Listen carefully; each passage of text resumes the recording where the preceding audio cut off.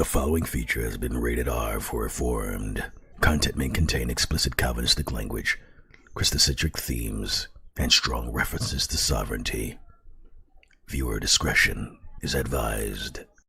Romans 9. Now, the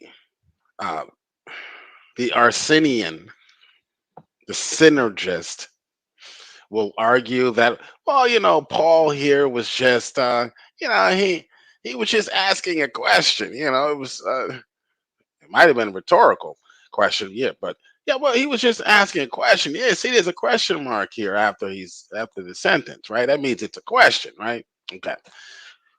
When a potter makes a jar out of clay, doesn't he? It's rhetorical. Doesn't he have the right to use the same lump of clay to make one jar for decoration? That would be us.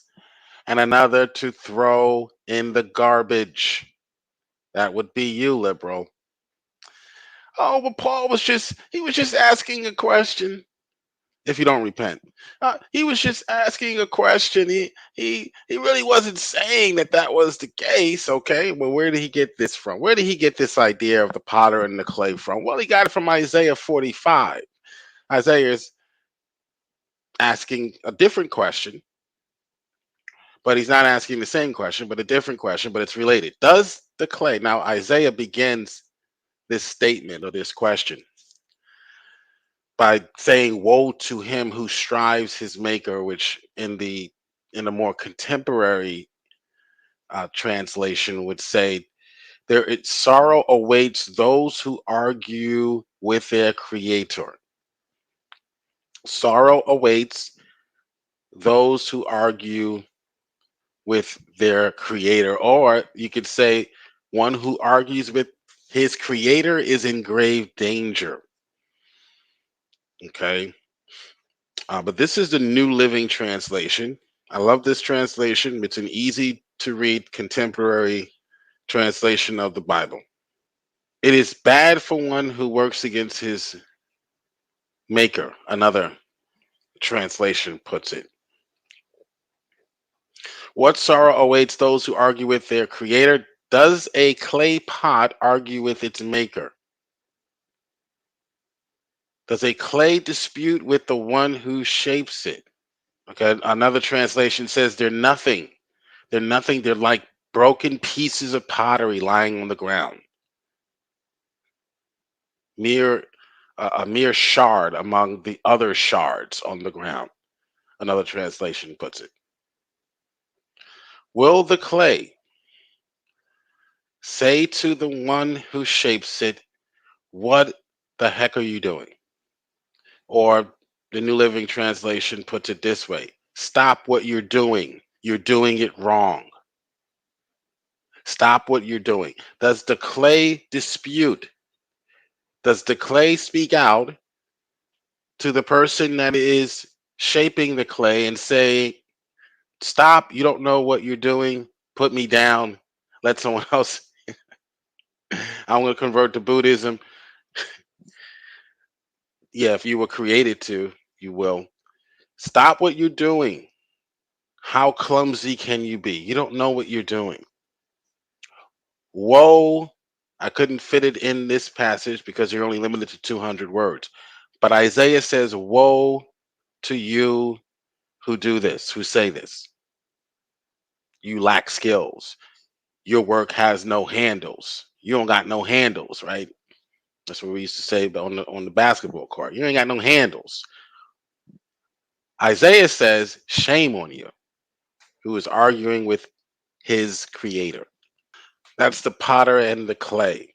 Okay, guess which one you are, liberal? Oh, goodness. Dumb comment of the week. Dumb comment of the week comes from one of my favorite liberals by the name of Cerbis Hex. In any way, even if you agree to it, if I contract you into slavery to me, I will be in violation of the law. Even if you wanted it, I would still be punished. Right? That's what the definition is. All I have to prove, or all anyone has to prove to show that the Bible condones slavery, is show that people owned other people, period. And that's false. Oh boy, Red Rider AR-15 signed by Kyle for Christmas. Congratulations, young man. Congratulations. That is false. Okay. Now, if what you say is true, Mr. Serb, if what you're saying is true, then me writing up this contract, which Veckel is going to sign, means that you now have to call and have us arrested.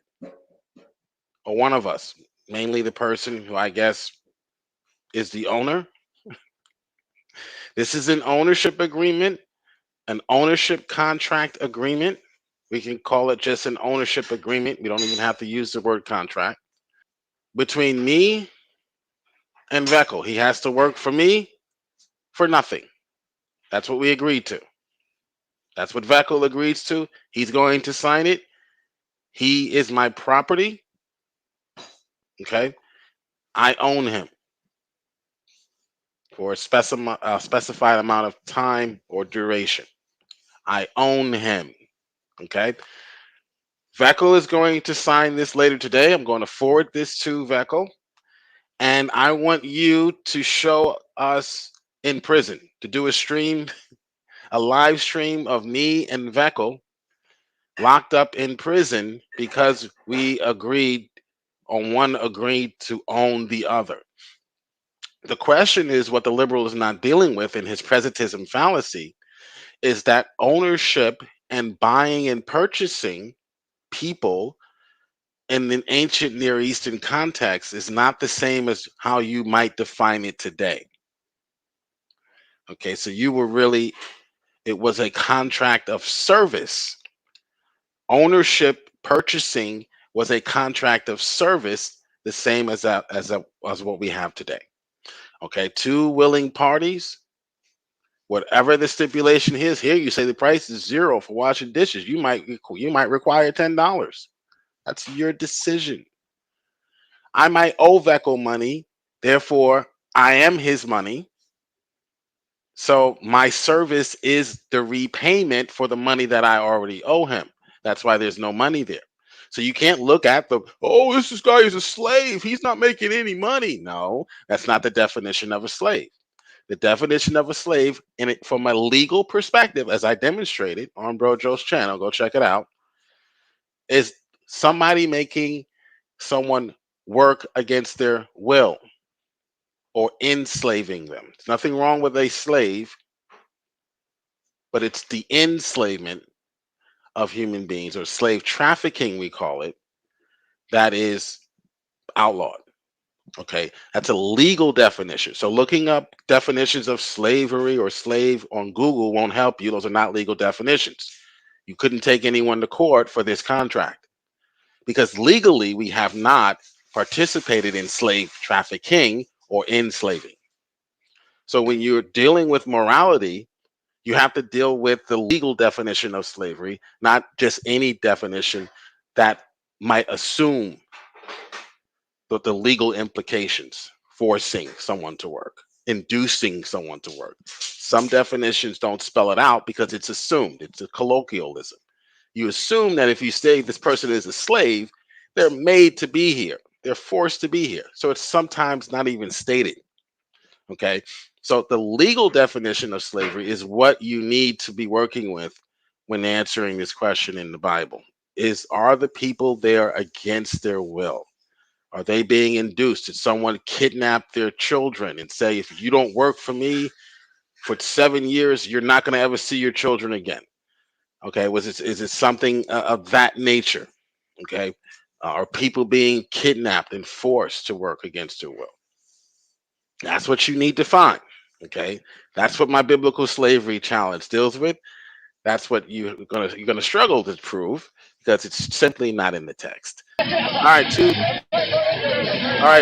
good fight, clean fight. Come out fighting at the bell. This is what happens when a man tries to fight a woman. Okay, I'm sure some of you have seen this. All right. Bang, bang,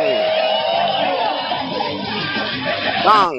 Oh, she got oh bong bong ding ding ding ding ding ding ding bong bing bong ding ding. All right, they broke it up. All right, break it up. Let her get herself to. Is that a standing 10 count?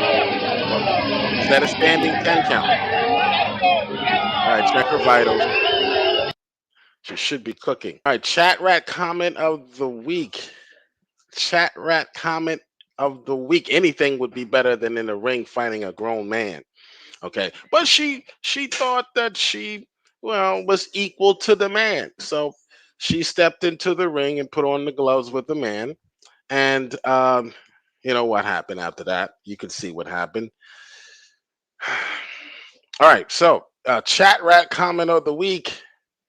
Chat rat comment of the week comes from, I don't know who this person is, but it's a very one of these sock accounts.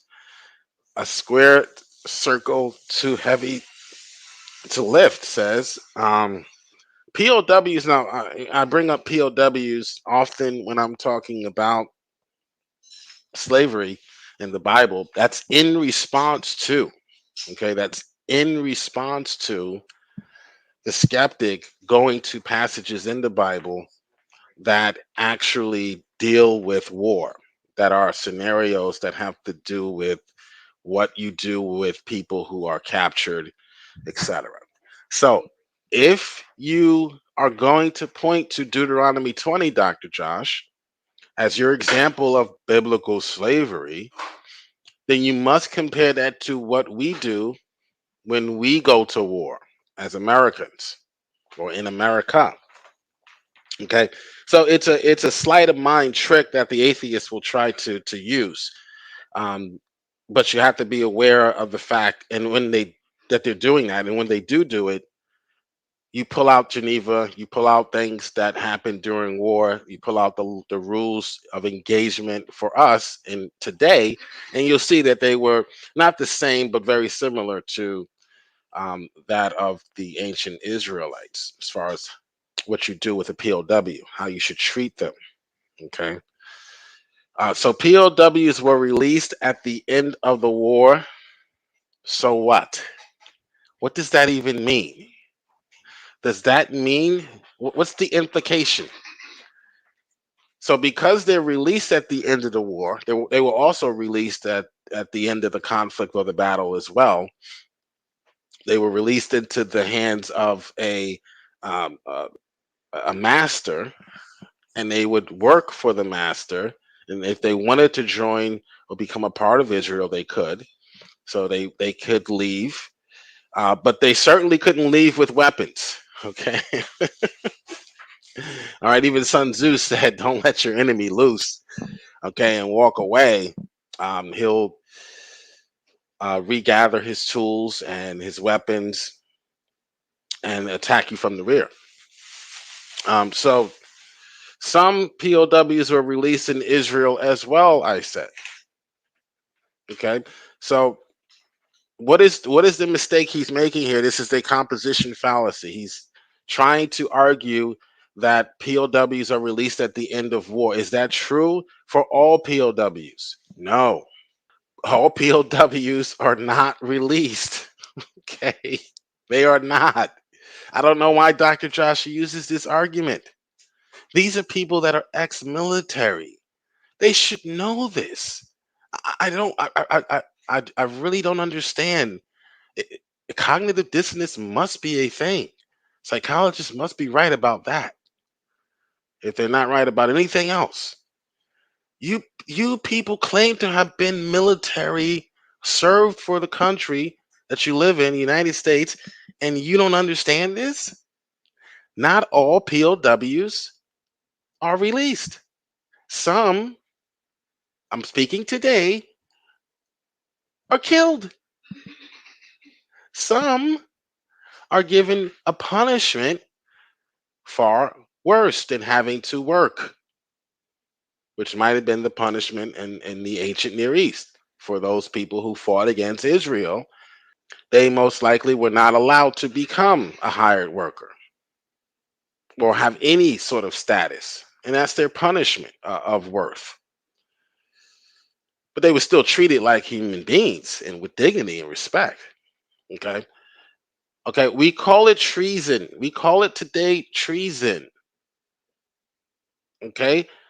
Which means you're guilty and you're tried by what we call a military tribunal.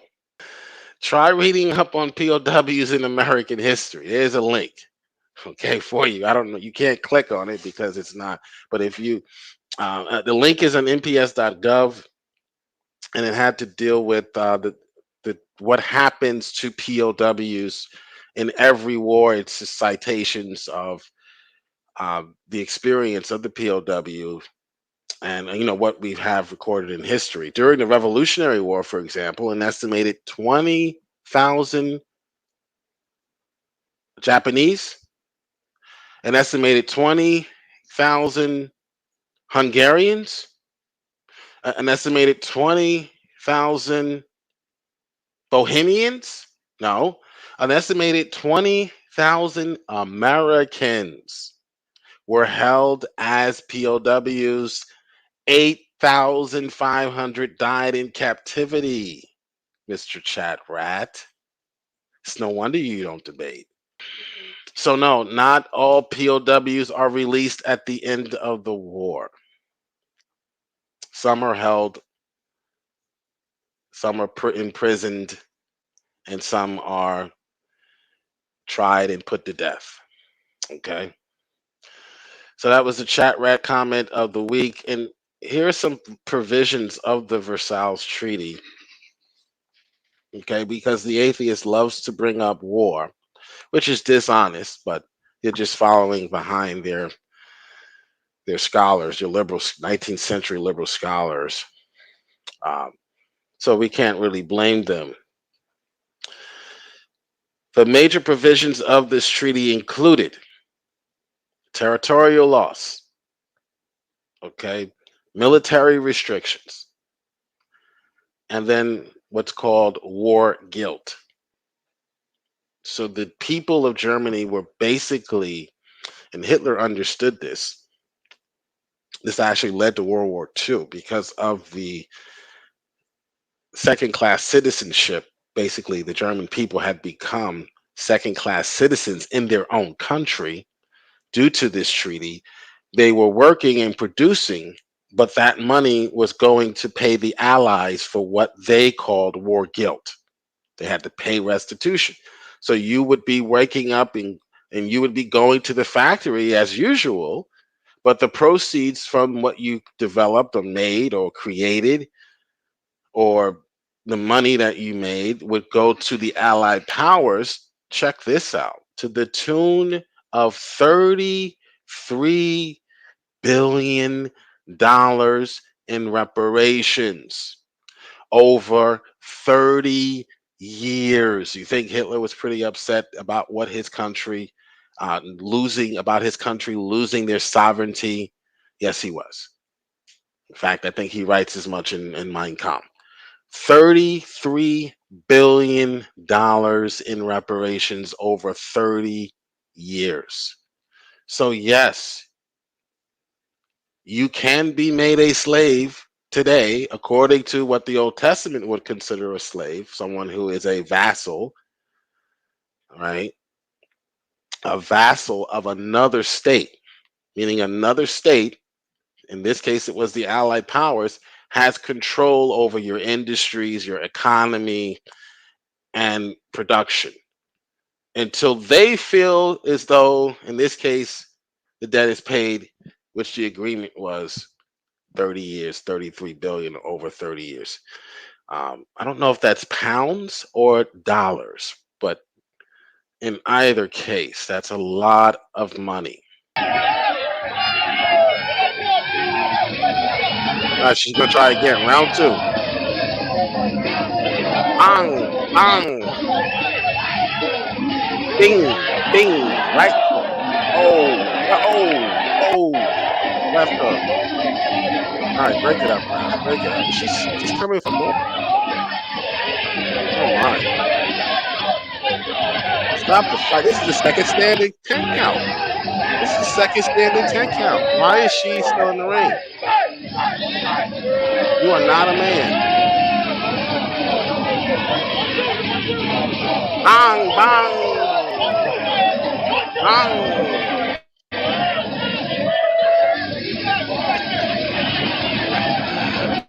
bang. Remember when they go to Deuteronomy 20, you go to Geneva for several articles, articles 7, 8, 16. You could go to showing that we do have laws or rules when we go to war as well. And you can't compare the rules that God makes for the children of Israel when they go to war to rules that we have in our civil society during peacetime. Okay, that would be a category mistake or a category error. If you're going to be honest in your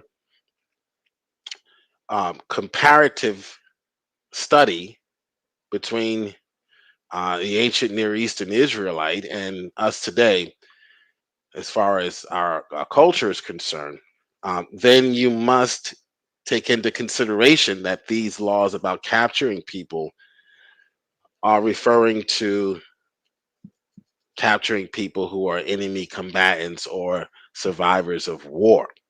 And then you must compare that to what we would do in the same situation or scenario today.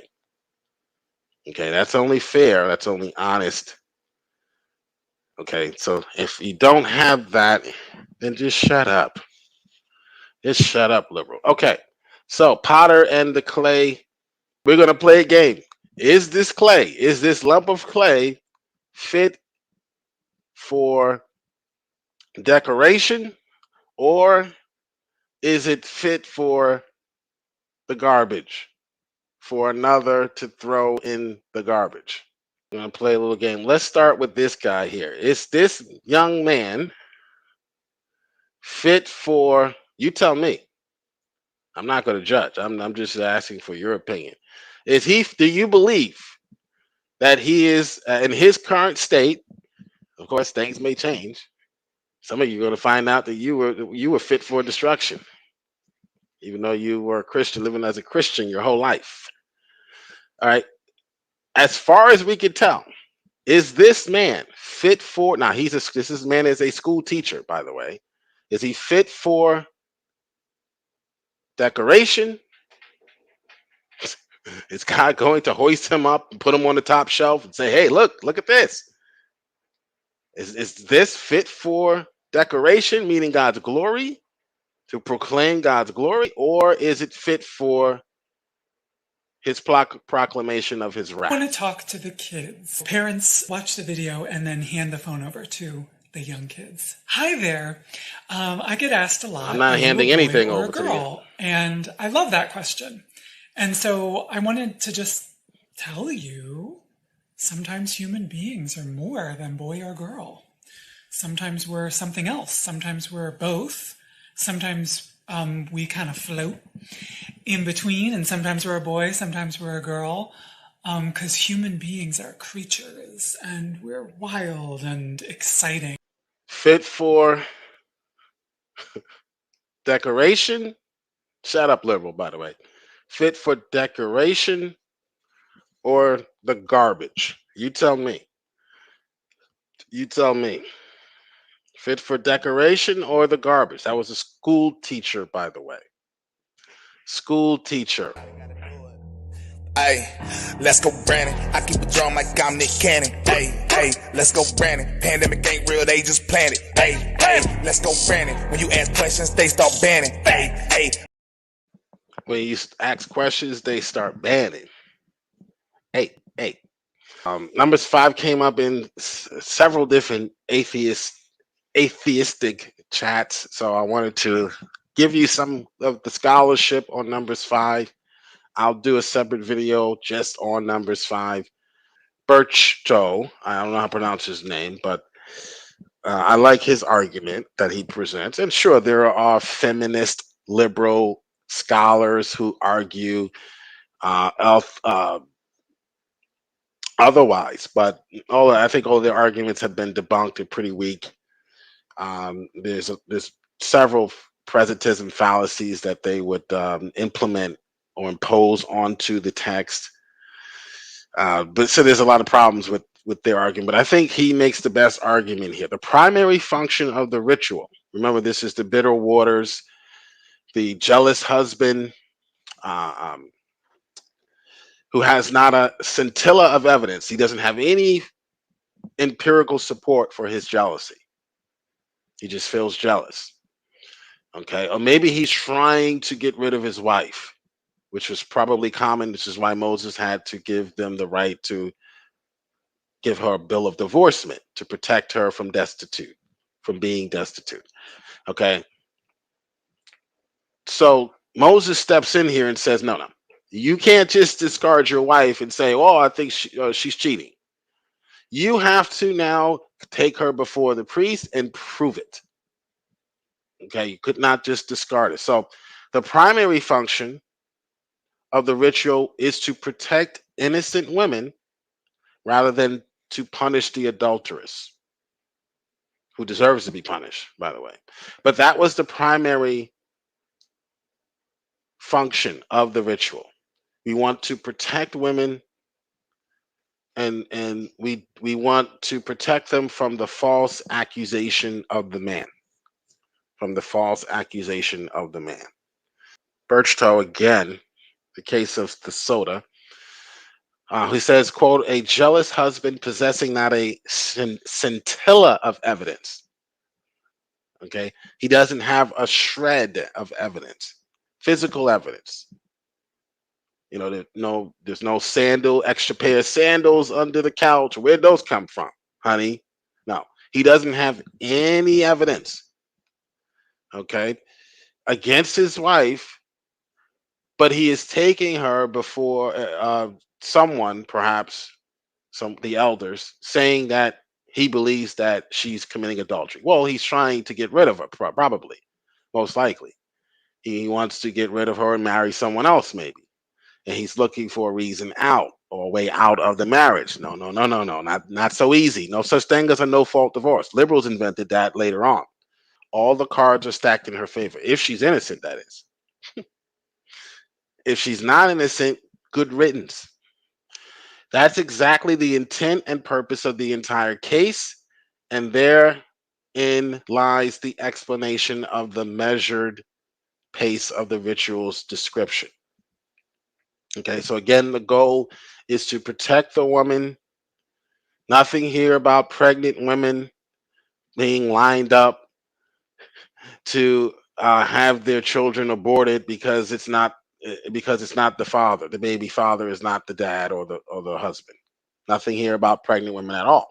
So if the liberal wants to assume that there are pregnant women, we can also assume in the same manner that if it was known she was pregnant, that the ritual was foregone or not done. We can make that same assumption if we want to deal with assumptions and hypotheticals, which is what the liberal's doing, because he's grasping for straws because he can't find anything in the text about pregnancy. So he appeals to the one translation that says miscarry. What happened to the consensus? I thought atheists were all about the consensus. Instead of the 50 that say has nothing to do with pregnancy. Okay. It just shows how dishonest the atheist is. All of a sudden, consensus doesn't matter anymore. You know. Here's some more. This is from Feinstein. In any fair trial, so Numbers 5, the trial is fair and it's designed to protect women, and only guilty women would be affected by the bitter water. I hope a bell went off, but not for the skeptic. He's going to have to come in here and I'm going to have to explain it to him, break it down to him, like I do in my special ed classrooms. And the text does take pains to emphasize that the trial is fair. No woman will be convicted of adultery merely because her husband suspects her. So what we had going on, and again, Moses addresses this on a number of occasions, one being the allowance for the divorcement papers so that she could prove, look, this guy left me and he gave me a divorce. I'm no longer with him. So I'm free to marry someone else, because being single in the ancient Near East back then, unless you were an Aved, it was not something you would be striving towards, unlike today, where I'm an independent woman, and that wasn't the case back then. Just simply wasn't. God knew that. Okay, he wasn't thinking, he wasn't like, trying to use 21st century standards and apply it to all of the ancient Near East and say, okay, this is how it's going to be. No, that's not how it works. That's not how God works. Okay, God comes down and he deals with us where we are. Yet the overall thrust, not to say where we are today is better, because I think it's worse, but yet the overall thrust of the passage is an emphatic condemnation of adultery. Okay, so that was the point. That was the bitterness. The bitterness was the adultery that was being committed in the land, and a warning to any woman who might commit it. So it's a warning to any woman that might commit adultery, that this would be your fate. Okay, what happened to this woman? What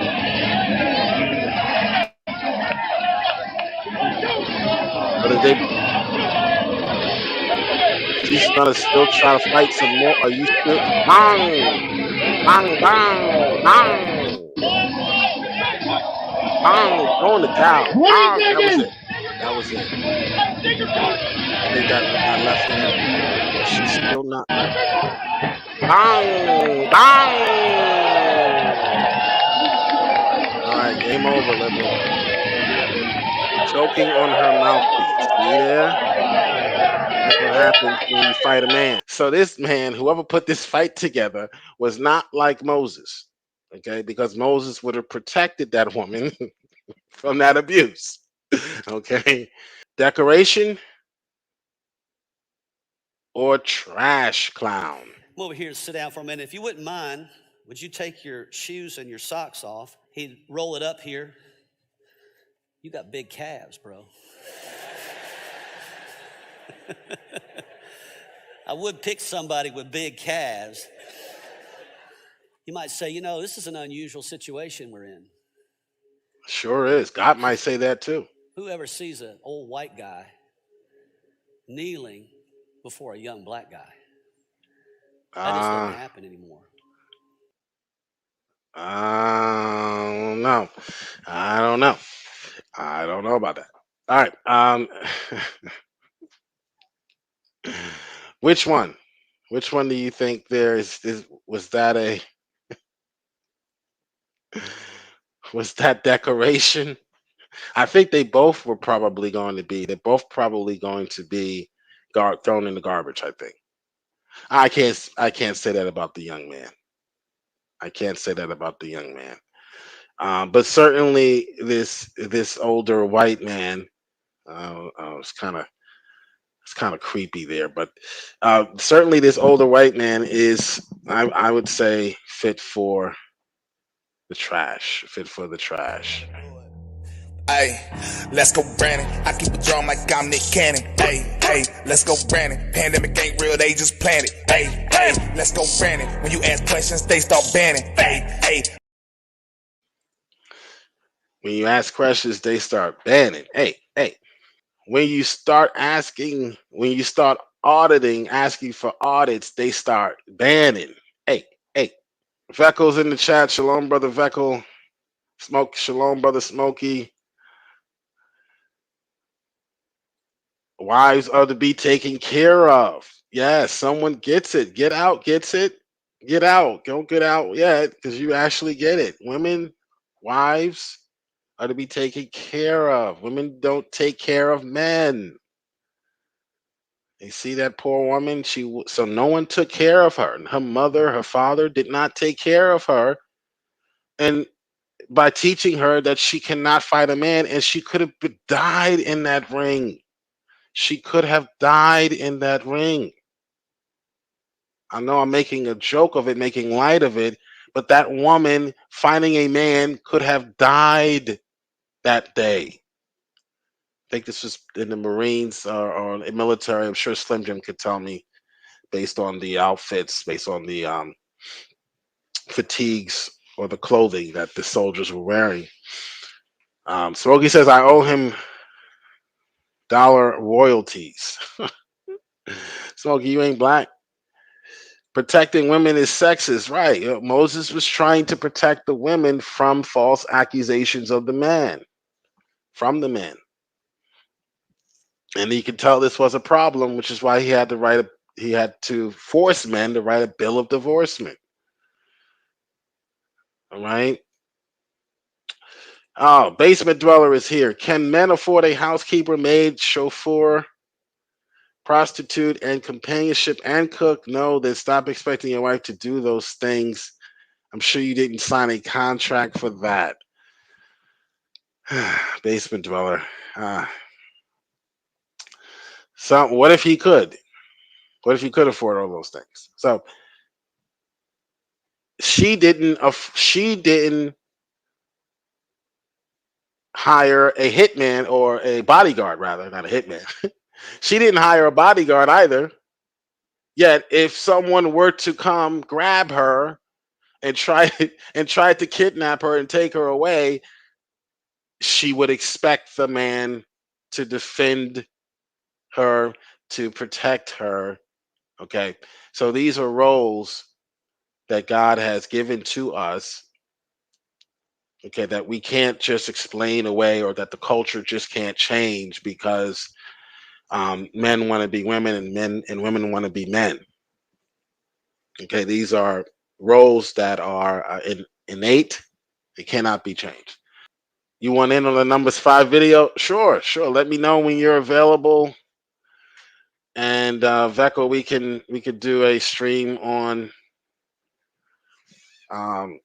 Numbers 5.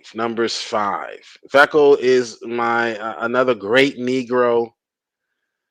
Joe Biden, as Joe Biden would say, he's a great Negro. He's not a silly Negro. What a silly Negro.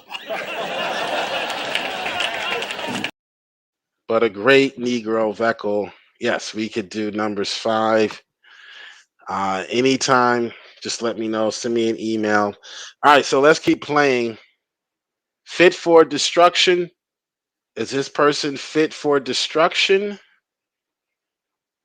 Fit for decoration? Is this individual? What do you think? My name's Josh. I use they, them pronouns in English, A and Espanol, and I got a lot of questions like this. So how do I bring this up to my teacher? How do you talk to colleagues about it? How do people respond to you? So where I work, everybody was really receptive. They wanted to learn more about it. It's been a slow process, but they're learning more and they're integrating it.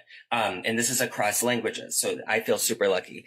However, I know that's not the case for a lot of people. All I can say is that try to talk to your teacher about it and explain to them that this is what non-binary people are doing in the language, and that by not including language like this in the classroom, it's making people who are non-binary or maybe are non-binary and they don't know feel unsafe, and that it's actually transphobic, and that they're excluding people's identity in the classroom and making them not feel safe when using that language. So that's all I can say. It's really difficult if people are resistant to it, but we got to keep fighting. Shut up, liberal. We got to keep fighting. Fit for decoration, created for God's pleasure, God's glory, or created as a vessel of wrath? I'd say the latter. I don't know what do you think? Here's one. We've so far we've had 3 that were fit for destruction, I would say. Oh, what's that? You said liberal. Oh, what? Oh no. God can't do that? Oh yes he can.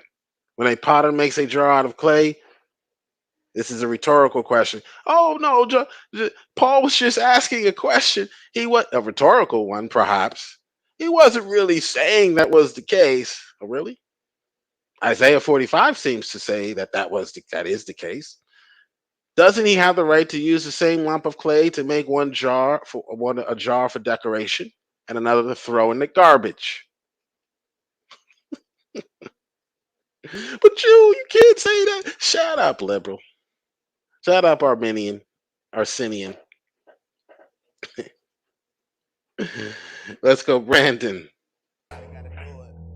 Hey, let's go, Brandon. I keep a drum like I'm Nick Cannon. Hey, let's go, Brandon. Pandemic ain't real, they just planted. Hey, let's go, Brandon. When you ask questions, they start banning. Hey.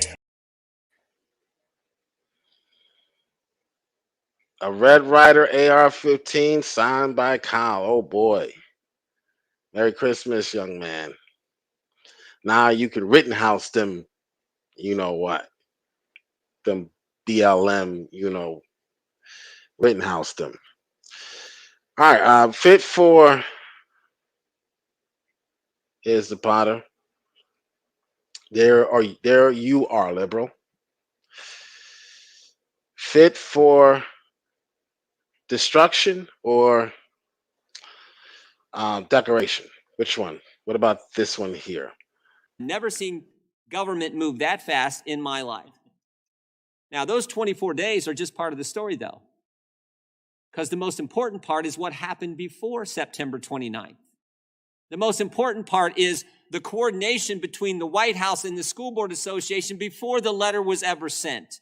Here's what we know from FOIA requests, from communications made by Mr. Slavin and Ms. Garcia. Here's what Mr. Slavin said. The White House requested additional information from the National School Boards Association before the letter was sent. And Ms. Garcia said this, quote, the National School Boards Association communicated for several weeks with the White House before the letter was sent. In other words, this thing didn't start. I mean, this is the real story. The National School Boards Association letter wasn't the catalyst for this flurry of activity by the Department of Justice against moms and dads. It wasn't the catalyst. It was just the pretext. It didn't originate with the School Board Association. It started with the Biden administration and with the Garland Justice Department. They were looking for an excuse, looking for a pretext to target, to threat tag moms and dads. And the fact that it's been 41 days since the Attorney General sat at that desk and lied to this committee, and we haven't called him back, I just can't believe it. So, Mr. Chairman, I hope the chairman of the full committee will ask Mr. Garland to come back and answer our questions. Because we have seen this pattern before, frankly. And I know the Democrats all day like to make fun of this, but we've seen this pattern before. We saw this with the Justice Department in the Obama-Biden administration. We saw Mr. Comey and Mr. McCabe. We saw that Justice Department, that FBI used the dossier as a pretext to do what they wanted to do, namely go spy on the Trump campaign. They knew the dossier was garbage, but they used that as the pretext, as the excuse to go do what they already wanted to do. Same pattern here. Exact same pattern here. They get the School Board Association to write the letter, oh, here's our excuse to do what we wanted to do. Go after moms and dads. Because we don't like them objecting to critical race theory being taught in our schools. But you know what? The one thing they didn't bargain for was the fact that moms and dads says, we don't care what you do. We don't care if you try to chill our speech. We don't care if you put a threat tag on us, label us domestic terrorists, use counterterrorism measures from the FBI against us. We don't care. We're going to stand up for our kids. The fallout from this, the backlash from this was unbelievable. And of course, we saw it play out in Virginia. Let's go, Brandon. That was Congressman Jim Jordan out of Ohio. If you're not following what the latest move from the fascist liberal, the party of fascism, slavery, Jim Crow, they are now sending FBI labeling parents as domestic terrorists to speak out against critical race theory. this all came, as Jordan just demonstrated, and he provides proof of such in the rest of his statement. This all came directly from the Biden administration, not the school board, but the Biden administration directed this attack on parents. Talk about, I thought it was Trump was supposed to be the one that was a totalitarian dictator, maniacal. I thought it was supposed to be Trump that was supposed to be doing all these things. Oh. Let's go, Brandon. All right, the potter and the clay. The potter and the clay. What about this guy? That definitely was Mr. Jordan. Definitely, I believe. Again, I can't judge either way, but I believe Mr. Jordan is created for decoration. Created for decoration. Here's someone that probably is fit for the garbage. The attacker. Courtesy of Tucker Carlson, Fox News. He said, "This MAGA country punches me right in the face." And there is no doubt in your mind what motivated this attack? I could only go off of their words. I mean, who says empire? You this do. MAGA country. You did. You said that. Ties a noose around your neck and pours bleach on you. You did that. Pours bleach on you. They poured bleach on me. Red, you go. Where shall I go? What shall I do? Frankly, my dear, I don't give a damn. Frankly, my dear. Can't say the other part. It's Sunday. It's a Sunday. Yeah, you threw bleach on you. Actually, you didn't do any of those things, but no one did any of those things. You just made it up. But yeah, certainly fit for destruction, the fire. The potter has the right to do what he wants to do with his clay. If you don't like it, create your own clay from nothing. And then you can mold it into however or whatever fashion you want to. We've got some breaking news. Actor and musician Jussie Smollett from the hit show Empire was attacked and beaten early this morning in Chicago. And police say it could be a hate crime. Run. There are many indications of a hate crime here. They are looking for two suspects who were apparently promoting fake news. That means you're probably fit for the garbage. That's saying it's a debate whether or not what just happened to Jussie Smollett is a hate crime. It's absurd. Garbage. You know, Jussie Smollett had a noose on his neck. Just garbage. This week. And the media has really cast so much doubt on his story, which I courtesy of find Tucker so Carlson, by the personally way. offensive, that a gay Garbage. black man Hey, is wait a targeted minute. and then suddenly Pause he becomes this. the victim of people's disbelief. He said his attackers hurled racial and homophobic slurs That's at him. the girl from that show I used to watch. And this is America in 2019. It says this is America in 2019. Garbage, fit for destruction. Every single last one of them. All right, let's see if there are any comments in the chat. Hey, P Mars, what's going on? Yeah, the link is in the chat, Converse, if you want to come in. And it's off topic, that's okay. I'm always off topic. Roseanne, thank you, Get Out. That's the young lady from Roseanne. I used to watch her. Used to be one of my favorite shows. I knew the whole lineup. I could tell you what came on, what channel. Now, we were poor because we were living under Democratic control. So we didn't have cable, so we only had the basic hit channel. So it was kind of easy for me. But I could tell you what came on first thing in the morning, of course, in the summertime where there's no school. So mom's at work, she's working and you're at home watching television. I could tell you what came on first thing in the morning. Cheaters, 7 a.m. Cheaters. That was the first thing I would watch. And then after that, you had the Jerry Springers. I think Jerry Springer came on twice back then, right? Converse? Oh What's yeah, going on? but that's why I was telling you it was off topic before. That's okay. I seen that your YouTube channel got taken down, right? Yes. Yeah. Well, it was the channel formerly known as Joe. Right. Yeah. So I can't say it was my channel, but it was a channel formerly known right. as Joe. Yeah. Yeah, the guy Jesus is Lord or whoever. Yeah.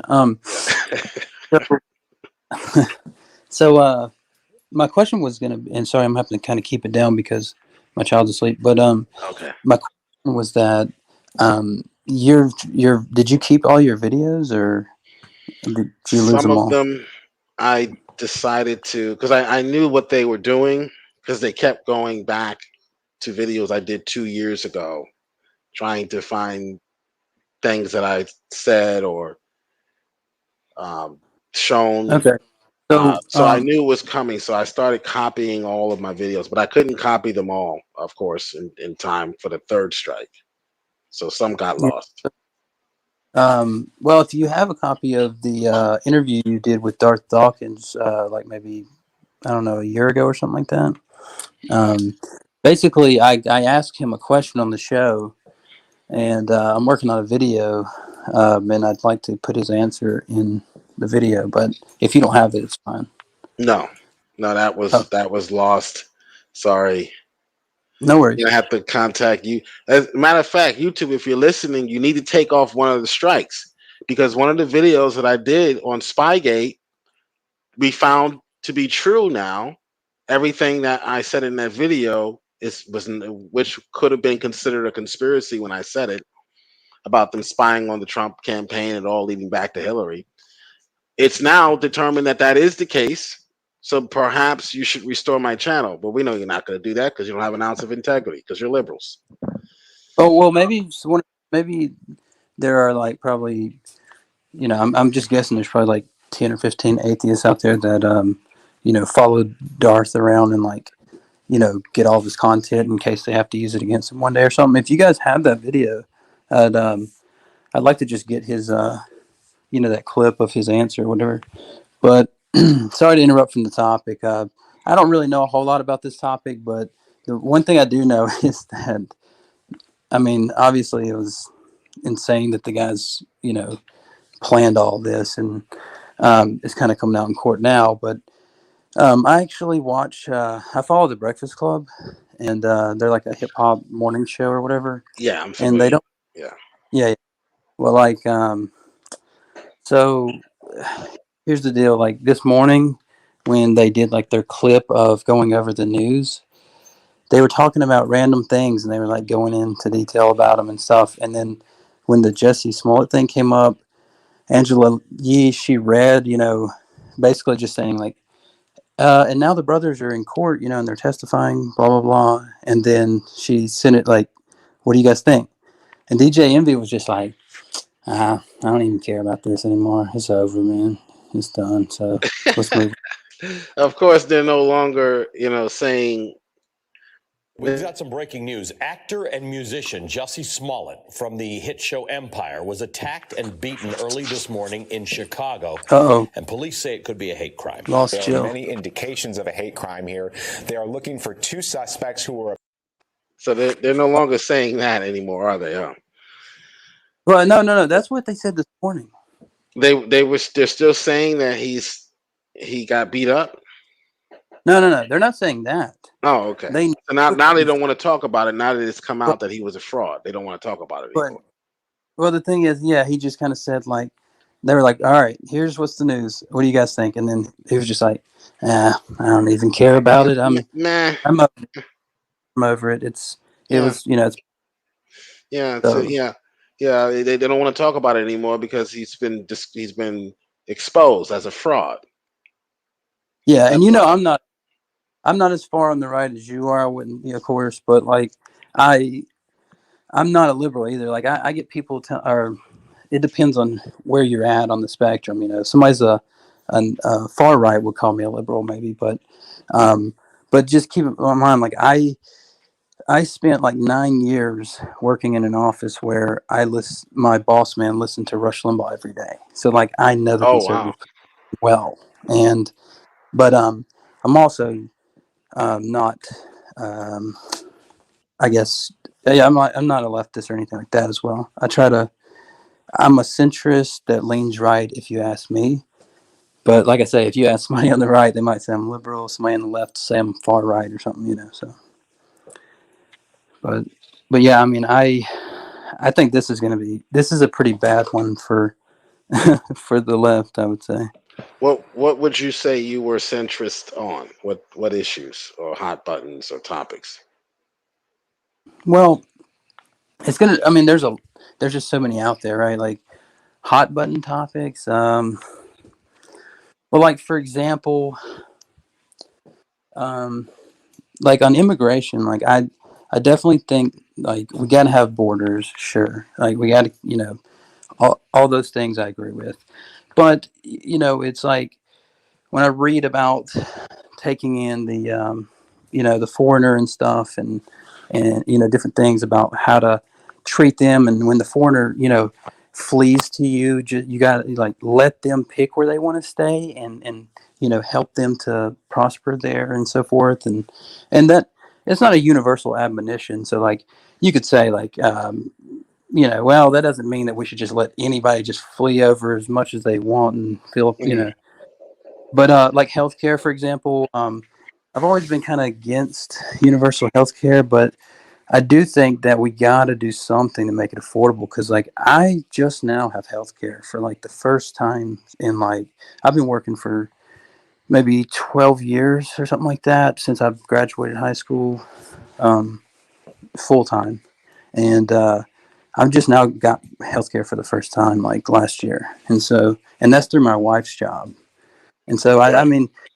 Although I do think that I don't want to make it like a socialist, universal kind of thing, I do think that there's got to be some type of like, regulations on or changes that can help people, because I mean, I would make different decisions in my life if, like, my wife might stay home if we could have health insurance for the whole family. She might only work part time, like that. We would love for that to happen. But so like right now I'm going to work full time throughout the day. She works third shift as a head nurse. So whenever I get home 3 to 4 nights a week, I'm getting home from a full day work, and then I'm keeping my child throughout the night by myself. And so he gets up every 2 to 3 hours for a bottle. It's like that can wear on you. Yeah. And so anyway, you see what I'm saying? Like I'm not like full like let's do universal health care and let everybody they want flee over here. And there's a ton of other issues where I'm like, more nuanced. But I do tend to lean right because my thing is the best points I hear on the right are not the oh man, you guys just want handouts. It's more like this. So we need to just pay for everybody's health care. Yeah, we do. It's a right. And then the conservative says, well, the thing is that all things aren't equal, right? For example, some people proactively spend all their money on hurting themselves. So people can. I have friends that buy 2 packs of cigarettes a week. They have cable. They have internet. They have 4 or 5 TVs in their house, PlayStation. They pay for Xbox. Streaming services. All these things they spend hundreds of dollars on, and then they say, "Man, can you believe we can't afford healthcare?" And I'm like, that's why I agree with the conservative. It's like they'll spend all this money on drugs and alcohol and all this stuff to hurt themselves, but they won't save it to spend on healthcare. Right. So their priorities are backwards. Yeah. And then they expect someone to pick up that tab. Well, I'm going to spend this $20 at the liquor store, and then ask Joe Schmo to borrow $20 to pay my mortgage or bills. Right. Yeah. It's the big thing is like it's cut and dry like this. I'd rather spend money on entertainment than on my health. But on the other side of it, it's like I said before, I do see where, like for example, we have health insurance through my wife's job. But if she quit, health insurance is actually too much for us to be able to afford if she wanted to work part-time and stay at home with the baby. It's too much. Like, we would have to actually move. And if you want to be like real strict, like a military academy dad or something, you could be like, well, you need to move out of there and move into like a small place in a not so good neighborhood or something. But that's what I'm saying. I think there's a balance, and I don't think you would even probably disagree that healthcare system needs some reform. That, for example. Well, everything is anything can be reformed and made better. I don't have a problem with that. I do have a problem with creating a sort of a socialist type of system in which a fascist type of socialism in which the government allows you to keep the private hospital or ownership of the hospital, but tells you who can get what procedure and tells you and sets the prices. That's basically what Obamacare did. That's what I have a problem with. You can't force people to do what they don't want to do with their own private property. You would have to confiscate the property and then redistribute it, which is theft. Oh, sure. Well, my biggest problem is with Obamacare was the mandate. Right, and then right. That's the fascist element. And then if you don't agree with government, if you don't agree with the state, we're going to fine you. Yeah, it's worse. I think it's actually worse than that. I think that George Carlin, who was like an atheist comedian who I obviously don't agree with on a ton of stuff, but he was partially right when he said things like, people are always trying to church up words, and like make everything sound, different from an actual, and he said, I don't, he gave a few examples, like a car is a vehicle or, things like that. Well, I see that in this case, like what they mean is if you don't purchase healthcare that we are, providing this service for, we will force you to do it or pay it.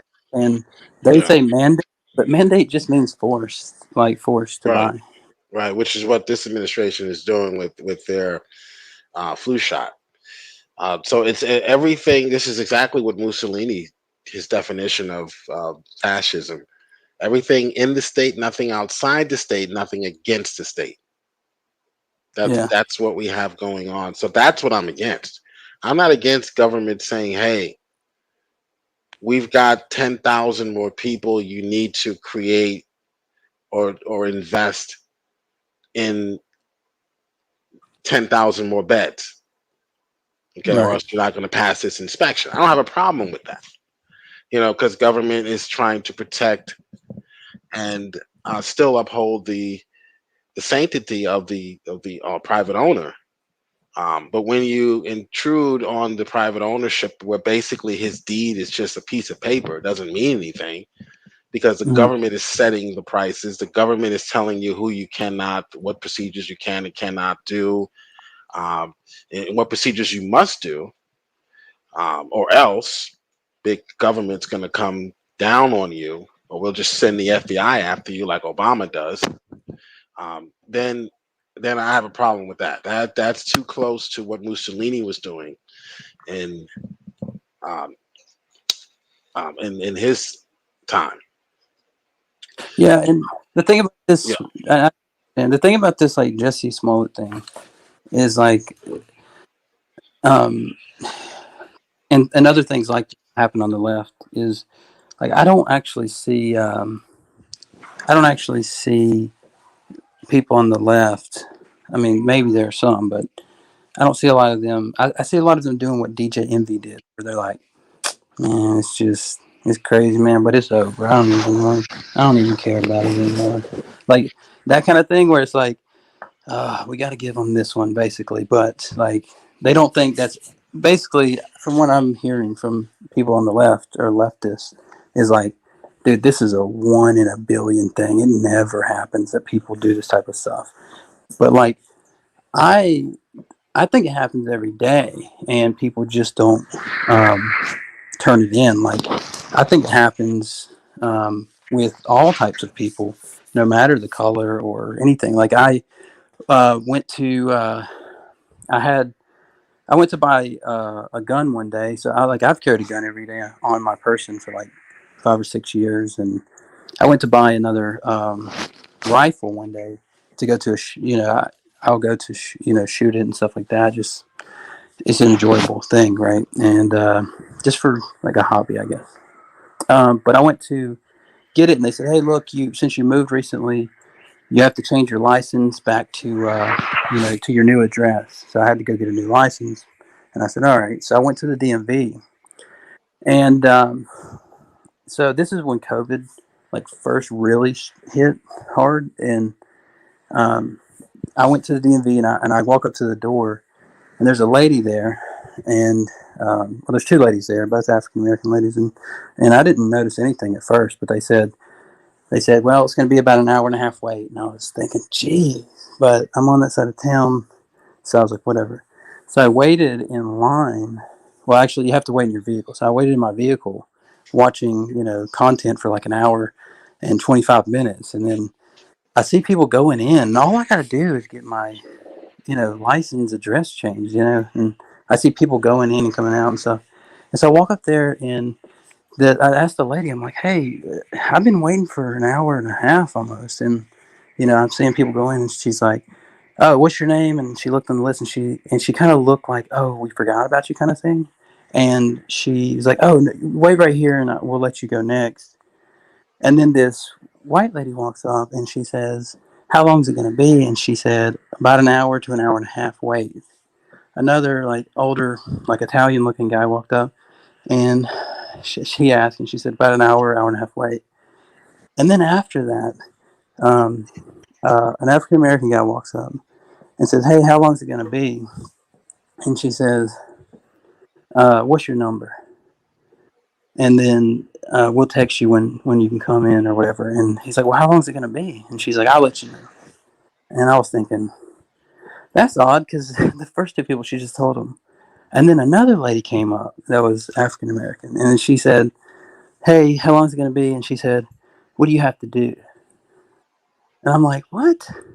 What do you mean, what do you have to do? That's just, And then she said, "Well, it'd be just wait in your car, and I'll text you."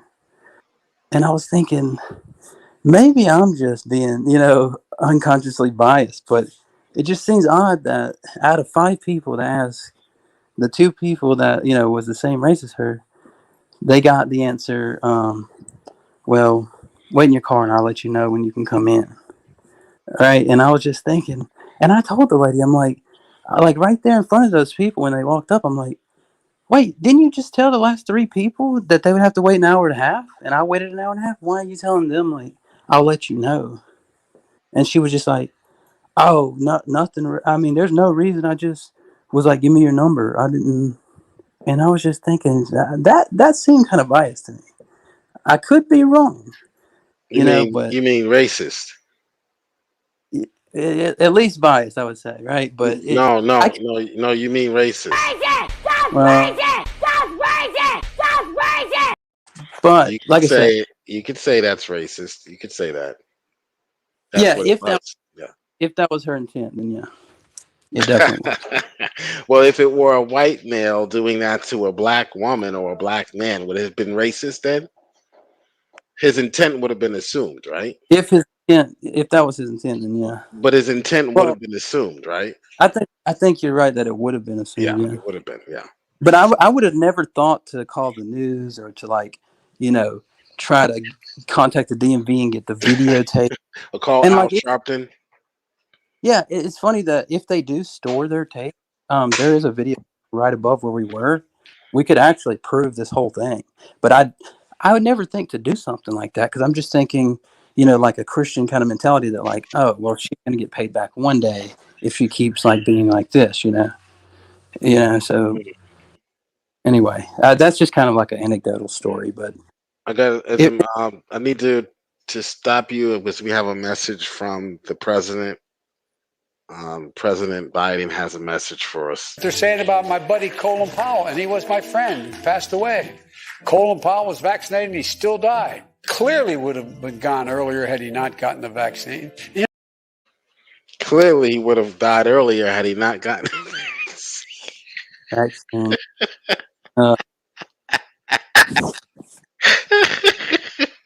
Oh man, I was just having so much fun with this guy.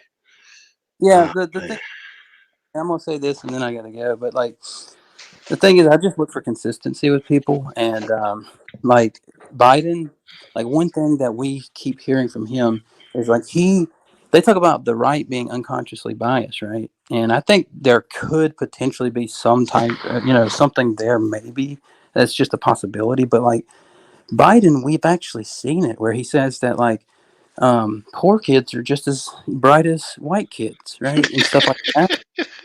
Or like, remember we talked about the Breakfast Club earlier. Remember when he was in the Breakfast Club and he told Charlemagne that, oh yeah, if you're black and you don't vote for me, you're not black. Yeah. He called you know Satchel Pages, right? The old Negro League ball player. Yeah. He called Satchel Paige a great Negro. Oh, you talking about to the Pope, right? Yeah. He called him a great Negro. Now, I think he meant a great baseball player that played in the Negro League. Yeah. But still, it's Joe Biden, so why not? I should have a clip of that. I don't know if I do, but I need to make one.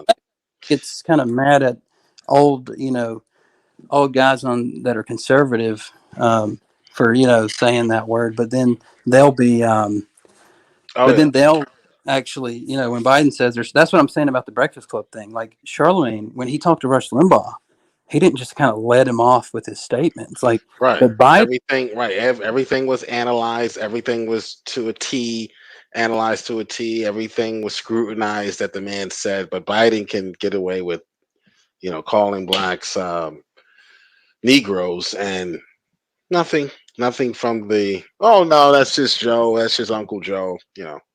Yeah.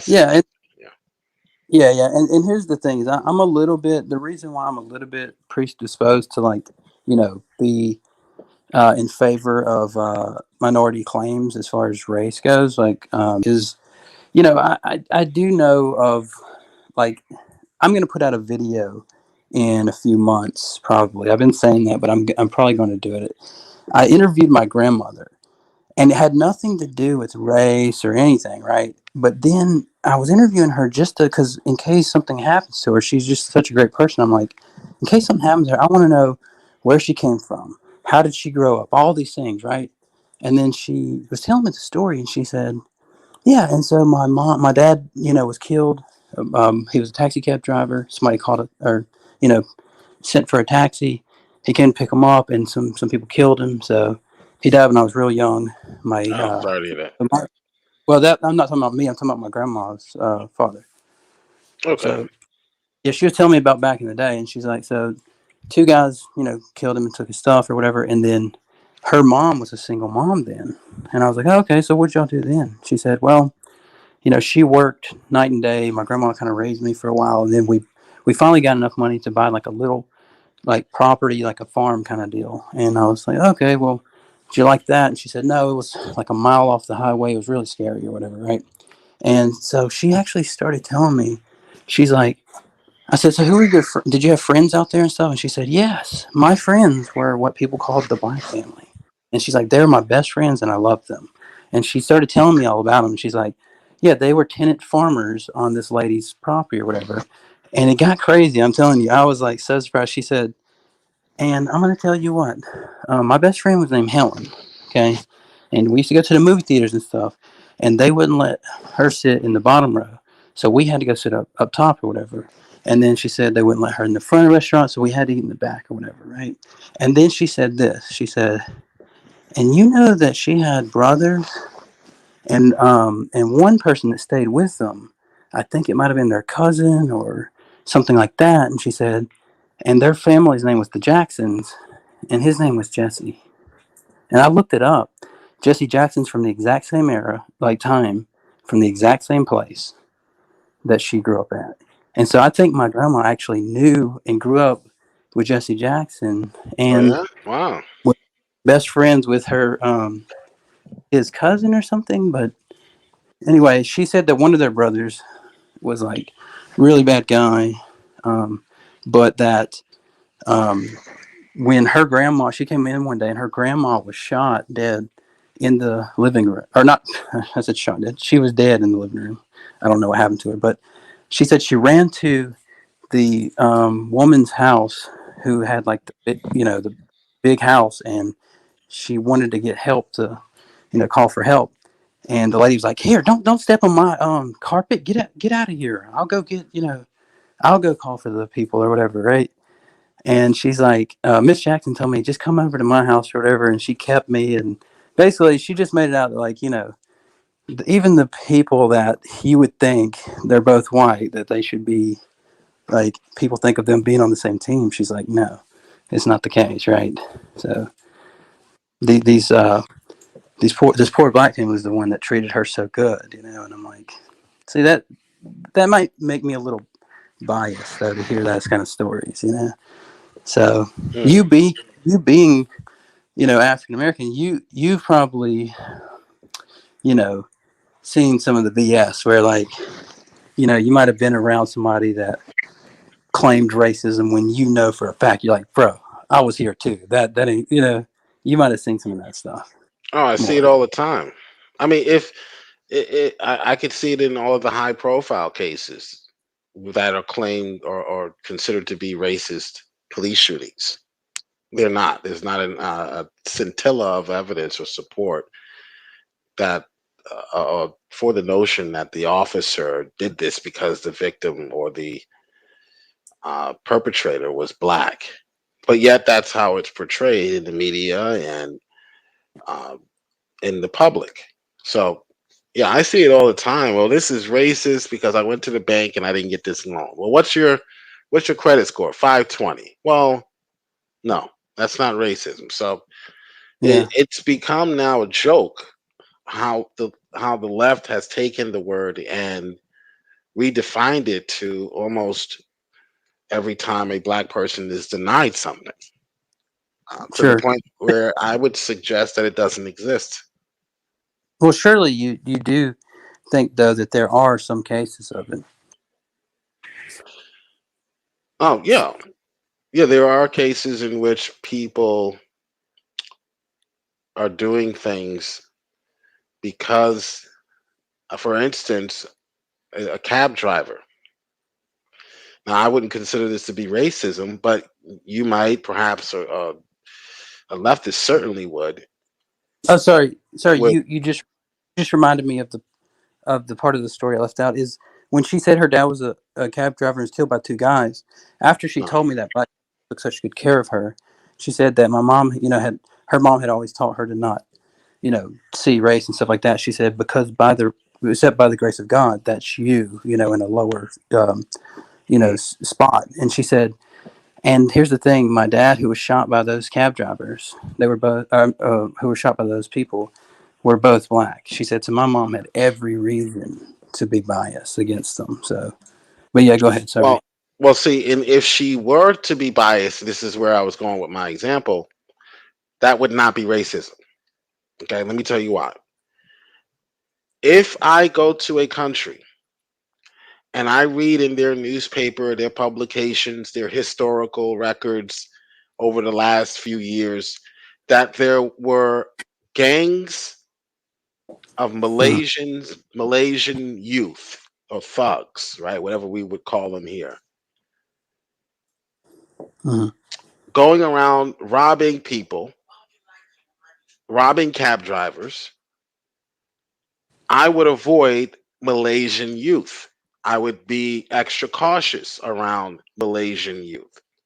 It's not because the person is Malaysian. It's not because of their ethnicity. It's not because of their race, but because of what their particular race is doing in You're that saying area. it's like how it's not the race; it's that we're pattern recognition animal or people beings, and that we recognize patterns. And you're saying, well, if I've seen this pattern, I would, think that You would be too. extra cautious. Yes.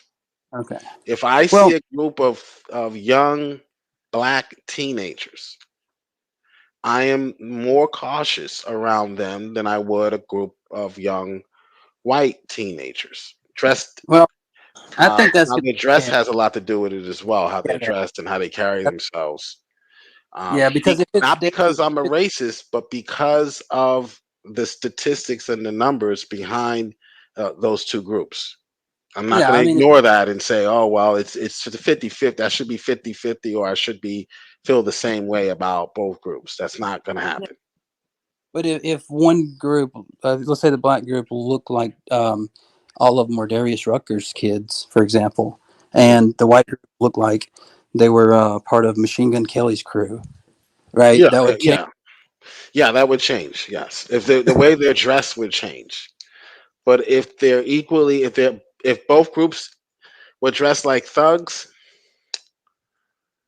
I might still be more cautious around the black group if they're dressed exactly the same.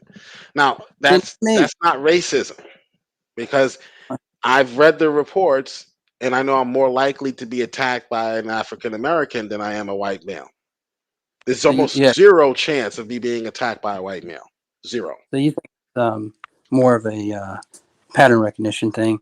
I can understand that, but I will say that it's hard for me to see. The thing is, I kind of have a similar anecdotal thing where it's like, I actually stayed on a block for a while, and I might bring on a couple of my buddies one day. I don't know. I'll think about it in the future. But like a group of my buddies was held up by another one on the block and was told to drive by where the white kids stay at, and they drove by and shot at us, right? And we were just hanging out with them the day before. But only one of them. The other guys, we're still good friends. We still hang out, or we still, keep in touch and everything. But like the one guy, they said that he got on drugs and he started getting on this like anti-white, probably Farrakhan or something. But like, so I could say like, oh well, if I'm gonna be in a black neighborhood, I'll lock my doors or something. But I just never see. But like the whole like year and a half or so that I stayed there, like that's the only incident that ever happened, and it was kind of a it was a rare thing. Yeah, But well, I see what you're saying, but I'm not talking about anecdotal uh, examples or incidents and isolated incidents. I'm talking about a recognized pattern of behavior statistically, disproportionately. You were more likely to be attacked by a black man than I am by a white man. I think it's 11-1. Okay, so you would be more cautious in a Black Lives Matter rally than I would in a Trump rally, right? yeah, So well, that's just the reality. That's not racism. That's not racism to say that. I mean, I guess that could be the case. If you're saying that like somebody who disagrees with Trump, say that's black that goes to his rally, versus somebody who disagrees with Black Lives Matter who goes to their rally, I think you might. Who might lose their life that night? Come on. Yeah. Let's be honest. For that, for example, but I think it's going to depend on the area that you're in, right? It is. And stuff like that. So It is. It is. If it's a high crime area, low IQ, low information, F Trump, they're filled with kids with, a lot of emotion, even adults, just emotional, irrational, looking for someone to blame, victim mentality, most of your Democratic strongholds, then you might be in trouble. If you're in an area where, they're like in some areas in Atlanta where there are a high IQ blacks, you might be okay. I mean, they might call you a racist. They'll do that, but they won't beat you to a living pulp. To beat you into a pulp or beat the living daylights out of you, right? yeah, and I do see. I mean, I do see some of that. A friend of mine that he went to a historically black college. I worked with him in Charlotte, so we keep in touch on like Facebook and stuff like that. And he will post some things sometimes where it's like, I don't want to even get into it, but he'll be like, stuff that's like he'll point to one thing that a white person done in history and say, "See what whites do," or something like that, or see how white people treat us, or something like that. Well, show him show him the FBI statistics, which says white people don't attack you anymore. Get over Yeah. it. It's the opposite now. But at You're the same attacking time, us. yeah. But at the same time, I think like there are white people that do the same thing, and I think you agree with that. I remember one time I went to a junkyard to get a transmission because I grew up poor, so like I was working on my own vehicle and or not rich, I should say, like what Dave Ramsey says. I grew up not rich, but and I remember the guy. I'm like, yeah, do you have like a a dolly or something I can put it on? I'll carry it up to the front. And he's like, no, I'll just get the black guy to do it. And I was like, so I think you will probably. I mean, you will gotta agree that stuff happens on.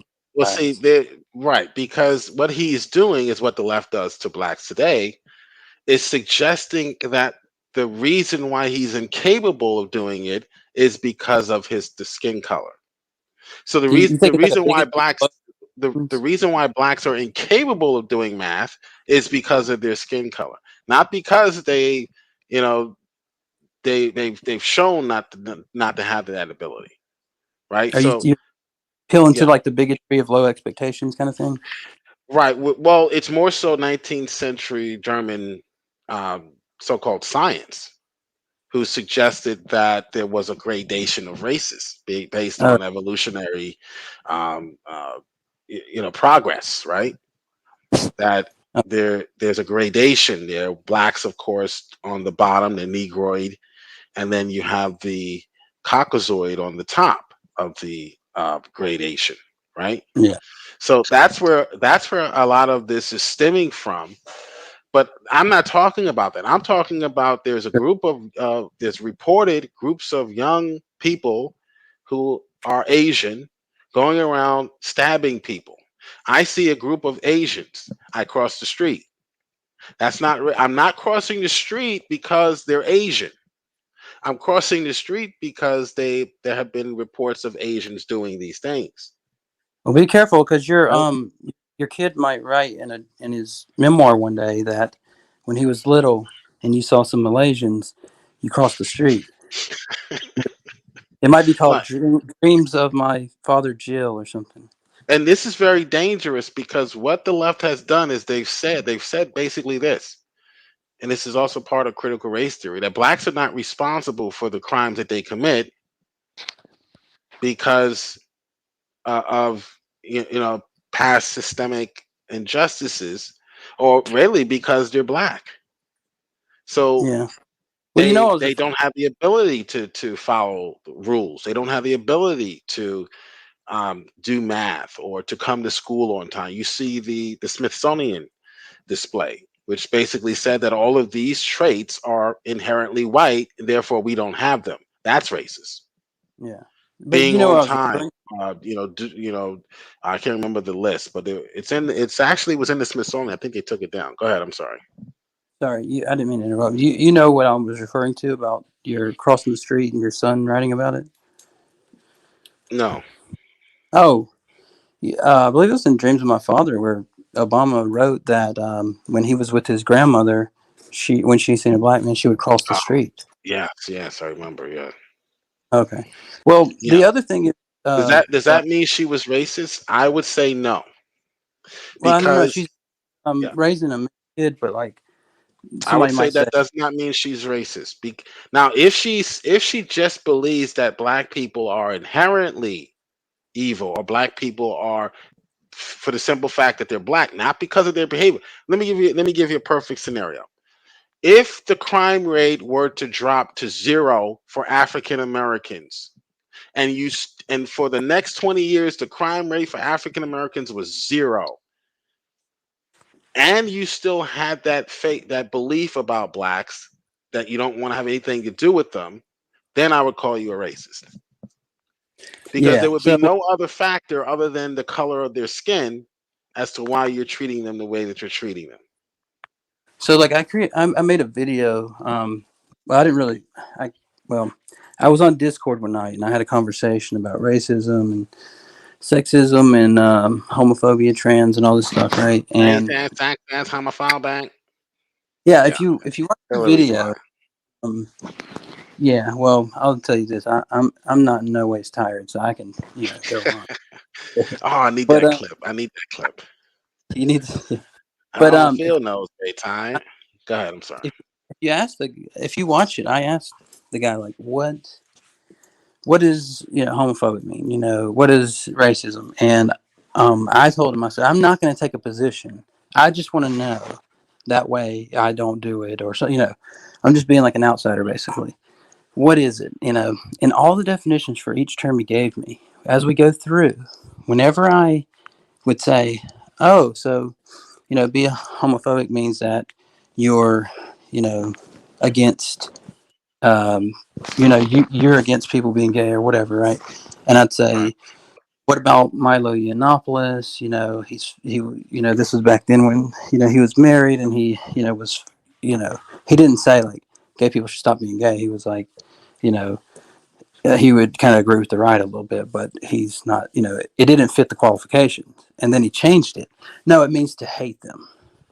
And I'm like, okay, so if you ask him, does he hate them? And then he changed it again. So like, and then we got to racism, and I asked, and he said, well, and every time I gave a counter example, he'd have to change the definition. And finally I said, you see, it just seems like you keep having to change it because you're not being consistent. So I couldn't know whether I am or not because you just change it all the time. Every time I give a counter example. And his response, and another person in the room, his response was, see, everybody thinks that you should care about consistency. Nobody should care about consistency. It doesn't matter. Like, why does everybody have to be consistent? And I'm like, you see, that is the root of the problem, because if you had a definition and I fit the description, you could call me that. But you can't make incremental changes every time, I change the scenario. And like the biggest thing was I said, because like the guy gave an example where he said, when somebody's fighting for homosexual marriage and blah blah blah and this type of stuff, I'm, he's talking about that, and I said, well, what are they doing when they say that that you should allow for these homosexual people to be married? And he says, well, they're saying that that this is something that straight people get to do that we don't get to do. I said, oh, so the argument is that straight people are being inconsistent. And he's Well, how like, about this person here? Do you think this person should have the right to marry? You're just, you're a misogynist. You're a misogynist and you're a homophobe. That it's coming across, and a racist. I'm 2% African. It's very clear what you're doing, sir. Very clear what you're doing, sir. You're a racist. And Vecco, she was talking about person? you. Yes. Is this person a part of the school? You're just, you're a misogynist. You're a misogynist and you're a homophobe. That it's coming across, and a racist. I'm 2% African. It's never. She's 2% African also. That makes you a racist, Converse? What you just said? I think I'm a bigot. If My what? child would You're never racist. ever be around a person like that. You're racist if right? I don't give a damn if YouTube shuts down my channel. They would never ever be near my child in any way, shape, or form. Ever. Converse, did you hear the clip? Converse, I don't think can hear the clip. I only heard half of it. Oh, okay. Oh, this lady just called you. She just called you a racist. Lady? Yeah. Oh. That's not even a man. It's a thing. You're just, you're a misogynist. You're a misogynist and you're a homophobe. That it's coming across, and a racist. I'm 2% African. It's very clear what you're doing, sir. What was the? Wait. He's 2% African. 2% African. Therefore, you're a racist if you say anything negative to her. He light-skinned it. He light-skinned. You see how they've turned racism on its head, and it no longer has any meaning. Jill, the worst part about all this is that I'm eating lunch right now. I'm on my lunch break. Oh, my fault. You almost ruined my appetite. Oh, wait. Oh my gosh. So the claim was that the person in the video. I'm eating chicken, by the way. Is 2% African? 2% African. Yeah. So if you say anything to her negative, she can now play the race card. Well, You're in here's big the thing. trouble, buddy. there's not a person alive today that doesn't have some of that same DNA. Because if you look back as far as it goes in the DNA, even if you disagree that it came out of Africa or whatever, like that same, the same like a nickel strand or whatever is in everybody. So like every Right. white person is black DNA, if you want to call it that. I wouldn't Yeah, call it that. yeah. I wouldn't either, but this is just how far we've fallen. By Like the way, there's an example to go back to the topic on my stream. I don't know about you, Veckel. Well, no, I know about you, Veckel. I don't know about you, CC. But I believe that was an example of one of God's vessels of wrath, one of his clay pieces of pottery. Well, temporally speaking, that could be the Decoration. case. Right. Yeah. Yeah, I gave that disclaimer. Yeah. That is not fit for decoration, but for the trash. Right? Well, what I would According say to is the that, Living Translation.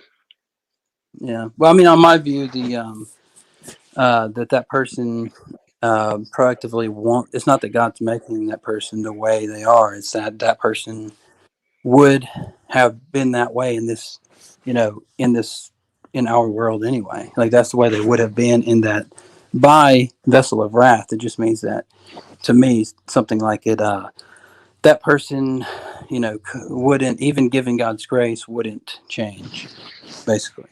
Right. So it's like when the person in the pit. Wait. What does that mean? You So said like, given God's grace, they still wouldn't change?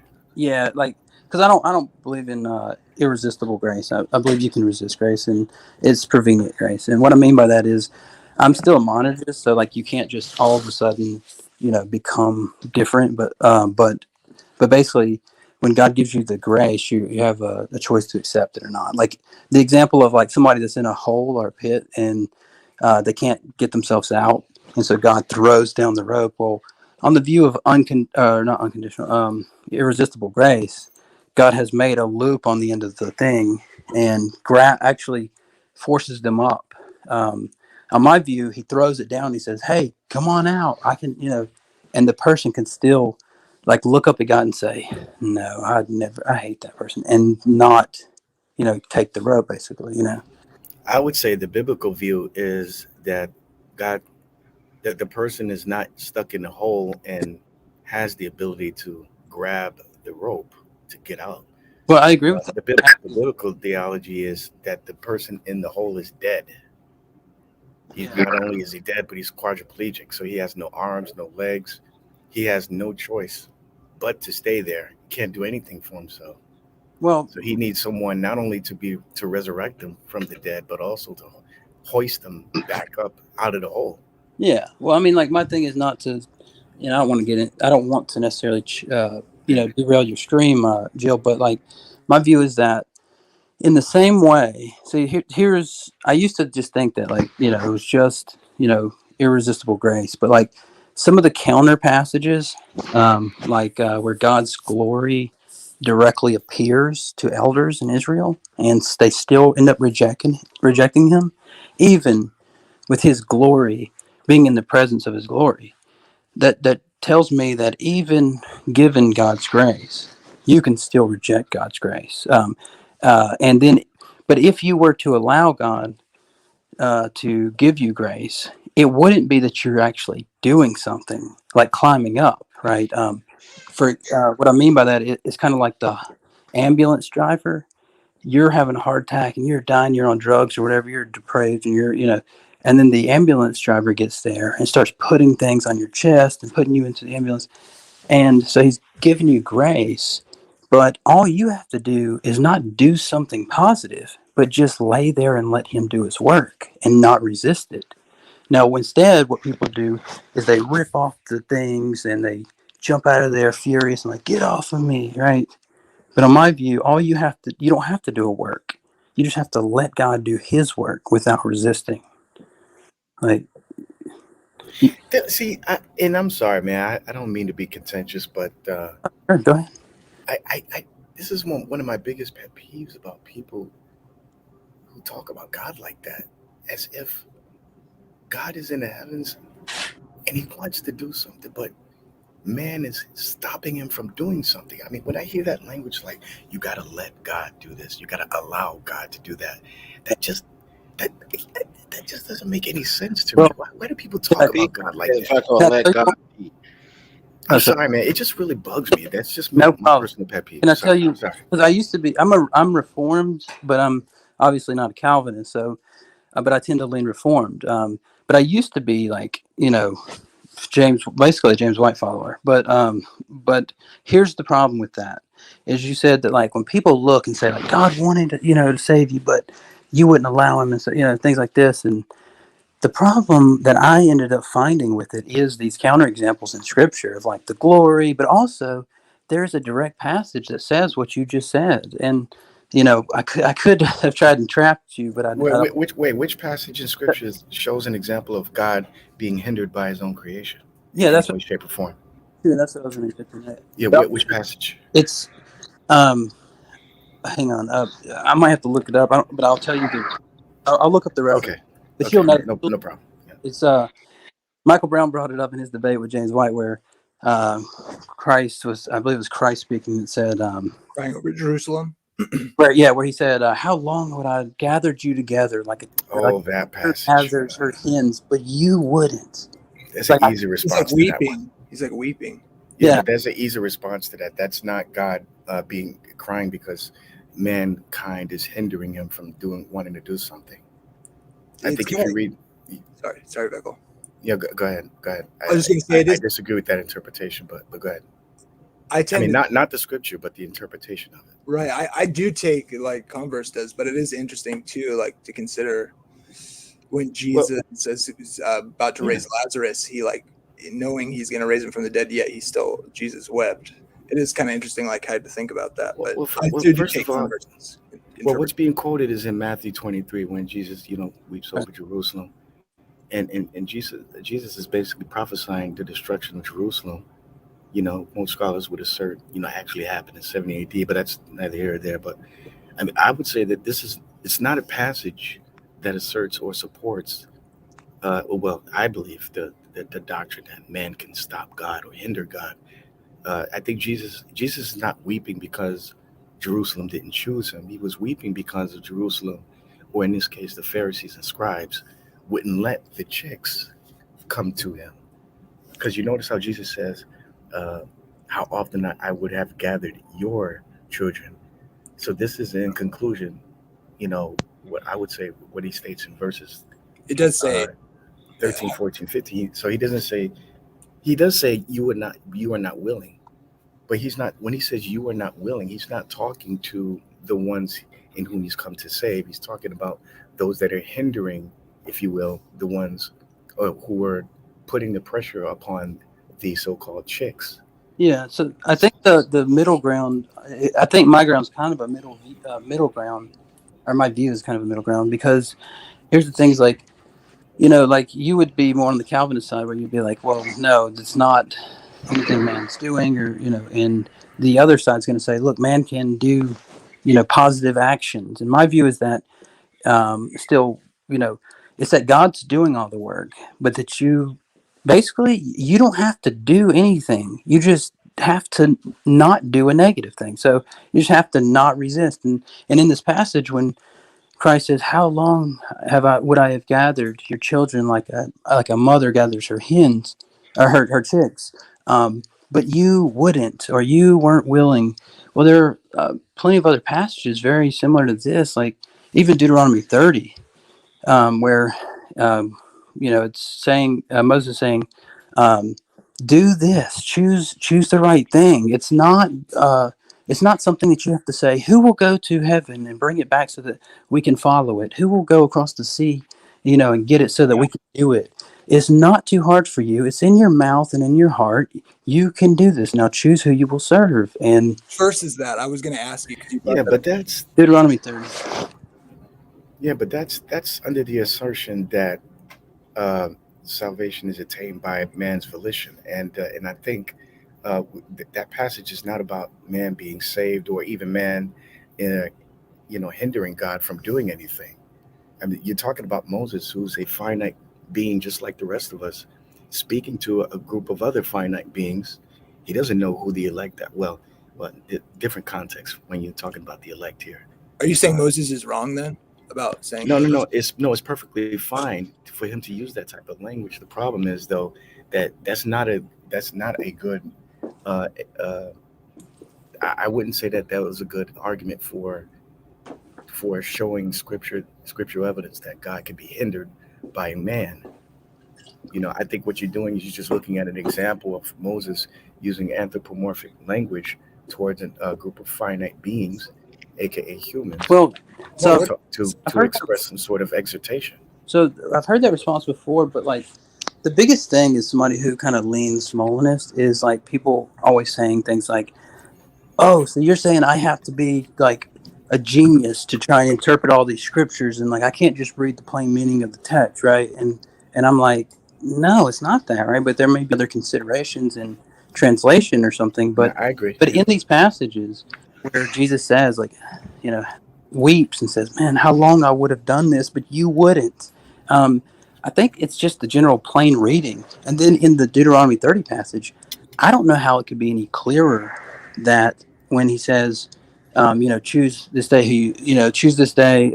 If it stopped there, that'd be fine. But then it goes like, so you will, the person who says like, who will go to heaven to bring it to us that we may follow it? Who will go across the sea? Is the offer of choice there implying the freedom and ability to choose? Is the offer itself implying the freedom and ability to choose? Yeah, it's that they offering. Okay. It's that they don't have to have, some type of divine being make them choose. But see, that's not an example of man hindering something that God desires to do. All you're doing is all you're doing is showing us all you're doing is showing us an exhortation from one human being to another. That's it. He's not God. Okay, so he can't speak on the things of God's providence unless God reveals certain things to him. If you're looking at that passage in Deuteronomy 30, I think you also quoted Joshua 24. Oh yeah, sorry, I conflated those. You're right. But at the end of Army 30, he says to make choice. Yeah, of course. Yeah, I would say the same thing as a human being, even as a Calvinist, so-called Calvinist. Yeah, I would say the same thing to everyone. Make a choice. Yeah, but it doesn't imply the freedom and ability to choose. We have to make a distinction between justification and sanctification. Greetings to y'all. All Moses did in that passage in Deuteronomy 30 was admonish the people to make a choice whether to serve and obey God alone, so that he would continue to bless them or disobey him and receive cursings. That's all that it is. It's not a doctrinal passage that shows evidence that man can stop God in some way, shape, or form. Yeah, God is you have to also remember because man stopped him.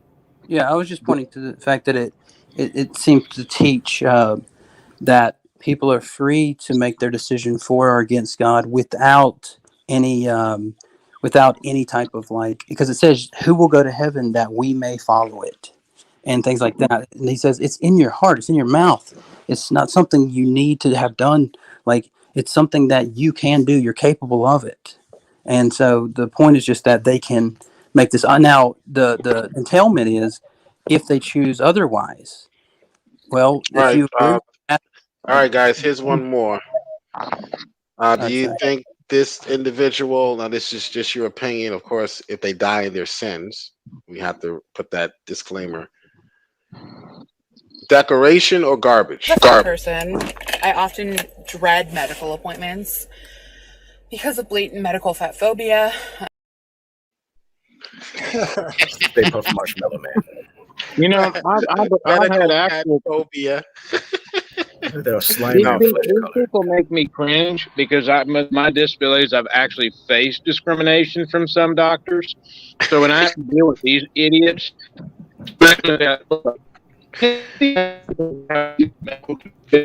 oh, you're roboting really bad. Every time Ryan, he gets into something profound to say, he breaks. We're roboting there, Ryan. Let me am I roboting now? Much better. For now. Who is that, Ryan? Ryan, Ryan the Presbyterian. It's Ryan Presbyterian. It's Ryan the Presbyterian. As I was saying, those people drive me up a wall because they're fat, usually not from a medical condition, but because of poor diet and poor exercise. No, it's So they drive. Well, they drive me up a wall because I've actually had to face discrimination against doctors because of my disabilities. Okay, now, that person, I couldn't tell whether they were the decoration or garbage. Not from that statement, at least. But wait, what's the choice? Decoration or garbage, or let's decoration, or did God create them for decoration for His glory, or did He create them to throw in the garbage? Well, again, unless you're going to take the C.J. Cox fatalism approach, most Calvinists throughout the Protestant Reformation have not taken a supralapsarian or even too strict of a supralapsarian position. We simply believe that the non-elect were created by God. They receive His providence, but they never receive His grace. There is no grace that is determined to them. Yeah, so I don't know. My view that God has given sufficient grace to everybody that they are, can be condemned, and the view that so I guess, as I said before, the passage, I don't have the reference on me, but I remember Matt Slick and Kurt McGregor in their debate or their discussion. Kurt McGregor brought it up where that's the baptism, right? It's the passage where the glory or the glory of God appears before the elders of Israel, and some of them end up rejecting Him. And it's like because Matt Slick was saying no, look, if he said that when God's glory was poured out on me in that church. Hold on, Converse. Why were they rejecting, and why were others accepting? Very good question. See, that's what the Reformed position tries to answer, at least. Right. Joe, here's the answer. Those who accept it are better than the ones who rejected it. That's the answer. No. The answer Come on, is, Joe. Can't you just agree with me? The answer is yes. Yeah, I disagree. You're roboting again. God's ears. Vecco, I gotta play this clip for what you just said, Vecco. I gotta play this clip. What a silly Negro. I'll say it. They are better. I heard you play it earlier. They're better. No, it's not because they're nicer. We're not Manichaeans. We don't believe that there's some internal spark that God is searching for in us. No. But Joe, they made a decision. So Well, that keep in means mind- they're better people. Well, They're keep more, in mind they're that- more people. Isn't it funny when they talk about decision making, they don't want to say, well, Pol Pot made a decision and killed about 50 million of his own people. I don't see how that would be a defeater. The point is with me, I said specifically that. Well, no, you're missing my point. The point is always when someone argues the will has something to do with salvation, they don't want to examine that it's the same will that sent 50 million people to their graves. This is an argument that almost acts as like the Pelagians would think, that the will, though kind of sick, is still good enough to do something. Yeah, see, that's my view. That's not my view. Like I said before, my view is that Well, just let me finish. I said earlier that I'm a monergist, and that my view is that when God pours out His grace on you, when He gives you grace, let's say, you can't you can't do anything positive, but you can not do something negative. So you can't do something positive in response, but you can resist it. It's a negative resistance. It's not a positive thing that you actually are doing. So like the ambulance driver comes to pick you up and puts everything on you, he's giving you the grace. Now, if you just lay there and do absolutely nothing, no positive thing on your behalf to save yourself, he'll drive you to the hospital and save you. But if you get up and rip everything off and resist, as Christ was saying, how long I would do this, but you wouldn't. I don't think he's saying that like you were, I think he's saying that you wouldn't just let me do my work, basically. Well, you shouldn't say that, brother. Again, if we think about the medical analogy, one can refuse medical treatment at any time. In other words, doctors can tell me you're going to die if you leave. I still have the right to walk up at any time I want. Yeah. His desire, and he can do it. It's a matter of they don't want anything to do with it. As the parable says, I believe in Matthew 15, that Christ is the heir. The rich man sent his heir to the property that had been overtaken by the violent servants. The servants respond, "This is the heir, let us kill him." They won't have that man to reign over them. Yeah.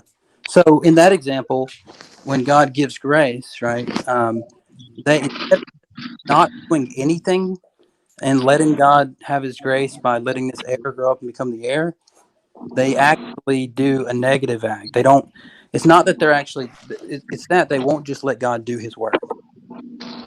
They don't do anything to save themselves, right? But CC, I have a question for you. Yeah, go ahead, sorry. As you said, you're a monergist, right? Yeah. Okay, so let me just ask. Well, people define it. Oh, okay. Yeah. Well, let me ask you. Okay, first, when you say a monergist, so you say a monergist in the sense that salvation is attained only by the work of God? Yeah. So, yeah, man doesn't have any positive action to save himself. Okay. So, all right. So my next question would be then, but you do believe that God shows grace.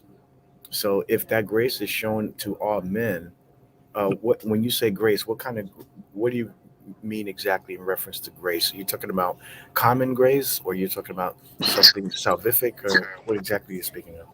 Or both?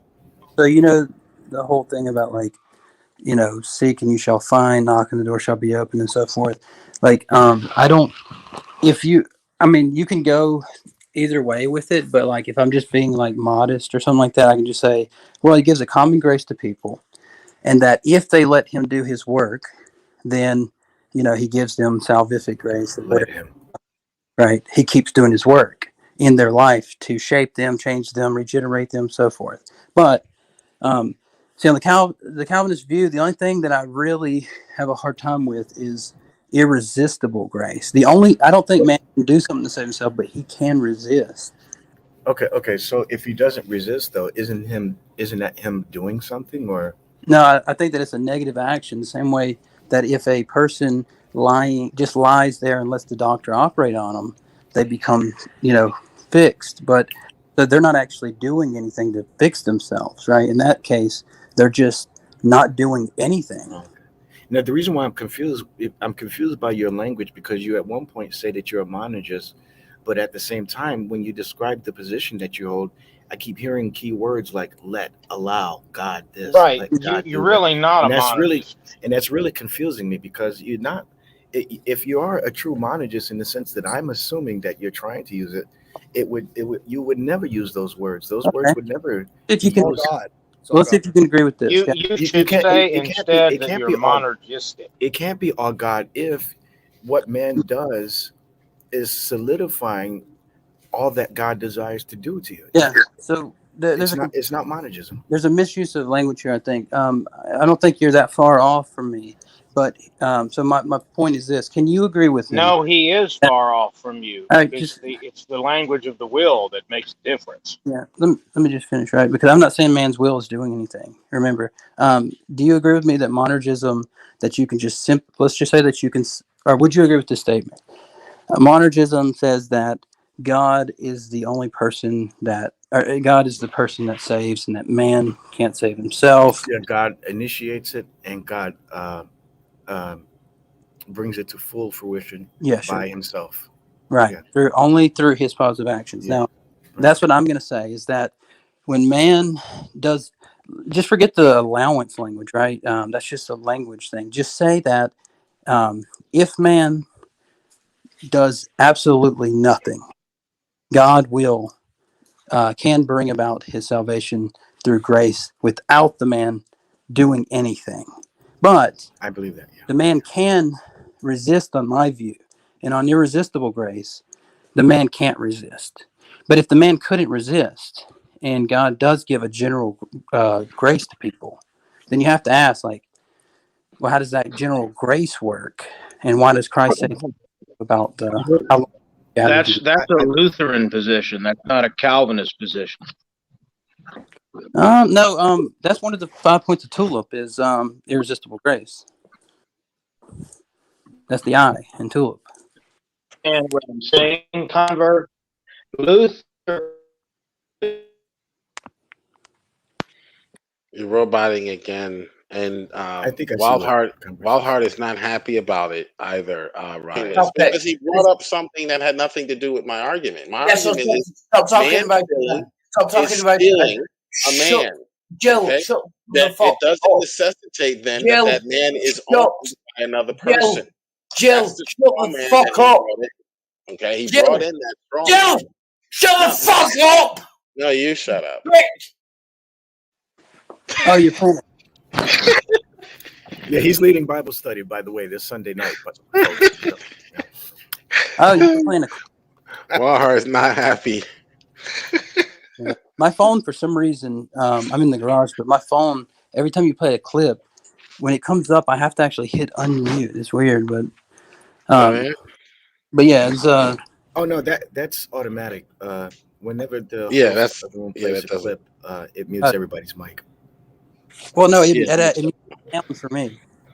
Oh, yeah, that's what I was he saying. can't see. He can't see the clips.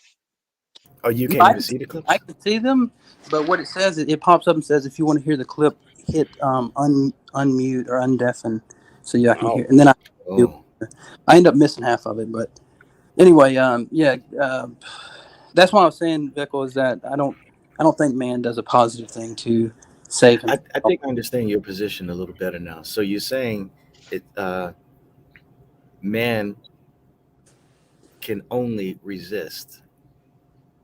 That's it. That's and by resist, I just mean like not just do nothing and let God do His work. Okay, so let me just make sure I get a better understanding. So God, well, all right, you don't believe in election, so well, I do election, but not in the same way that a Calvinist does. Well, then that's why I was saying earlier, it seems like you're closer to Lutheranism than Calvinism. Well, but Lutheranism I have some issues with as well. But like, I actually go to a Presbyterian church, but I just am not. Like I say, I mean Reformed. I agree with the Reformed theology an awful lot. I just reject irresistible grace because there's too many places in Scripture where I think that grace was shown, and but there's a lot of Calvinists that irresistible grace as well. Like, or there's some, I should say. I don't know how many, but. Well, not very many at all, because again, if you reject irresistible grace, you're not Reformed. You might be Calvinistic, you might be monergistic, but you're not Reformed.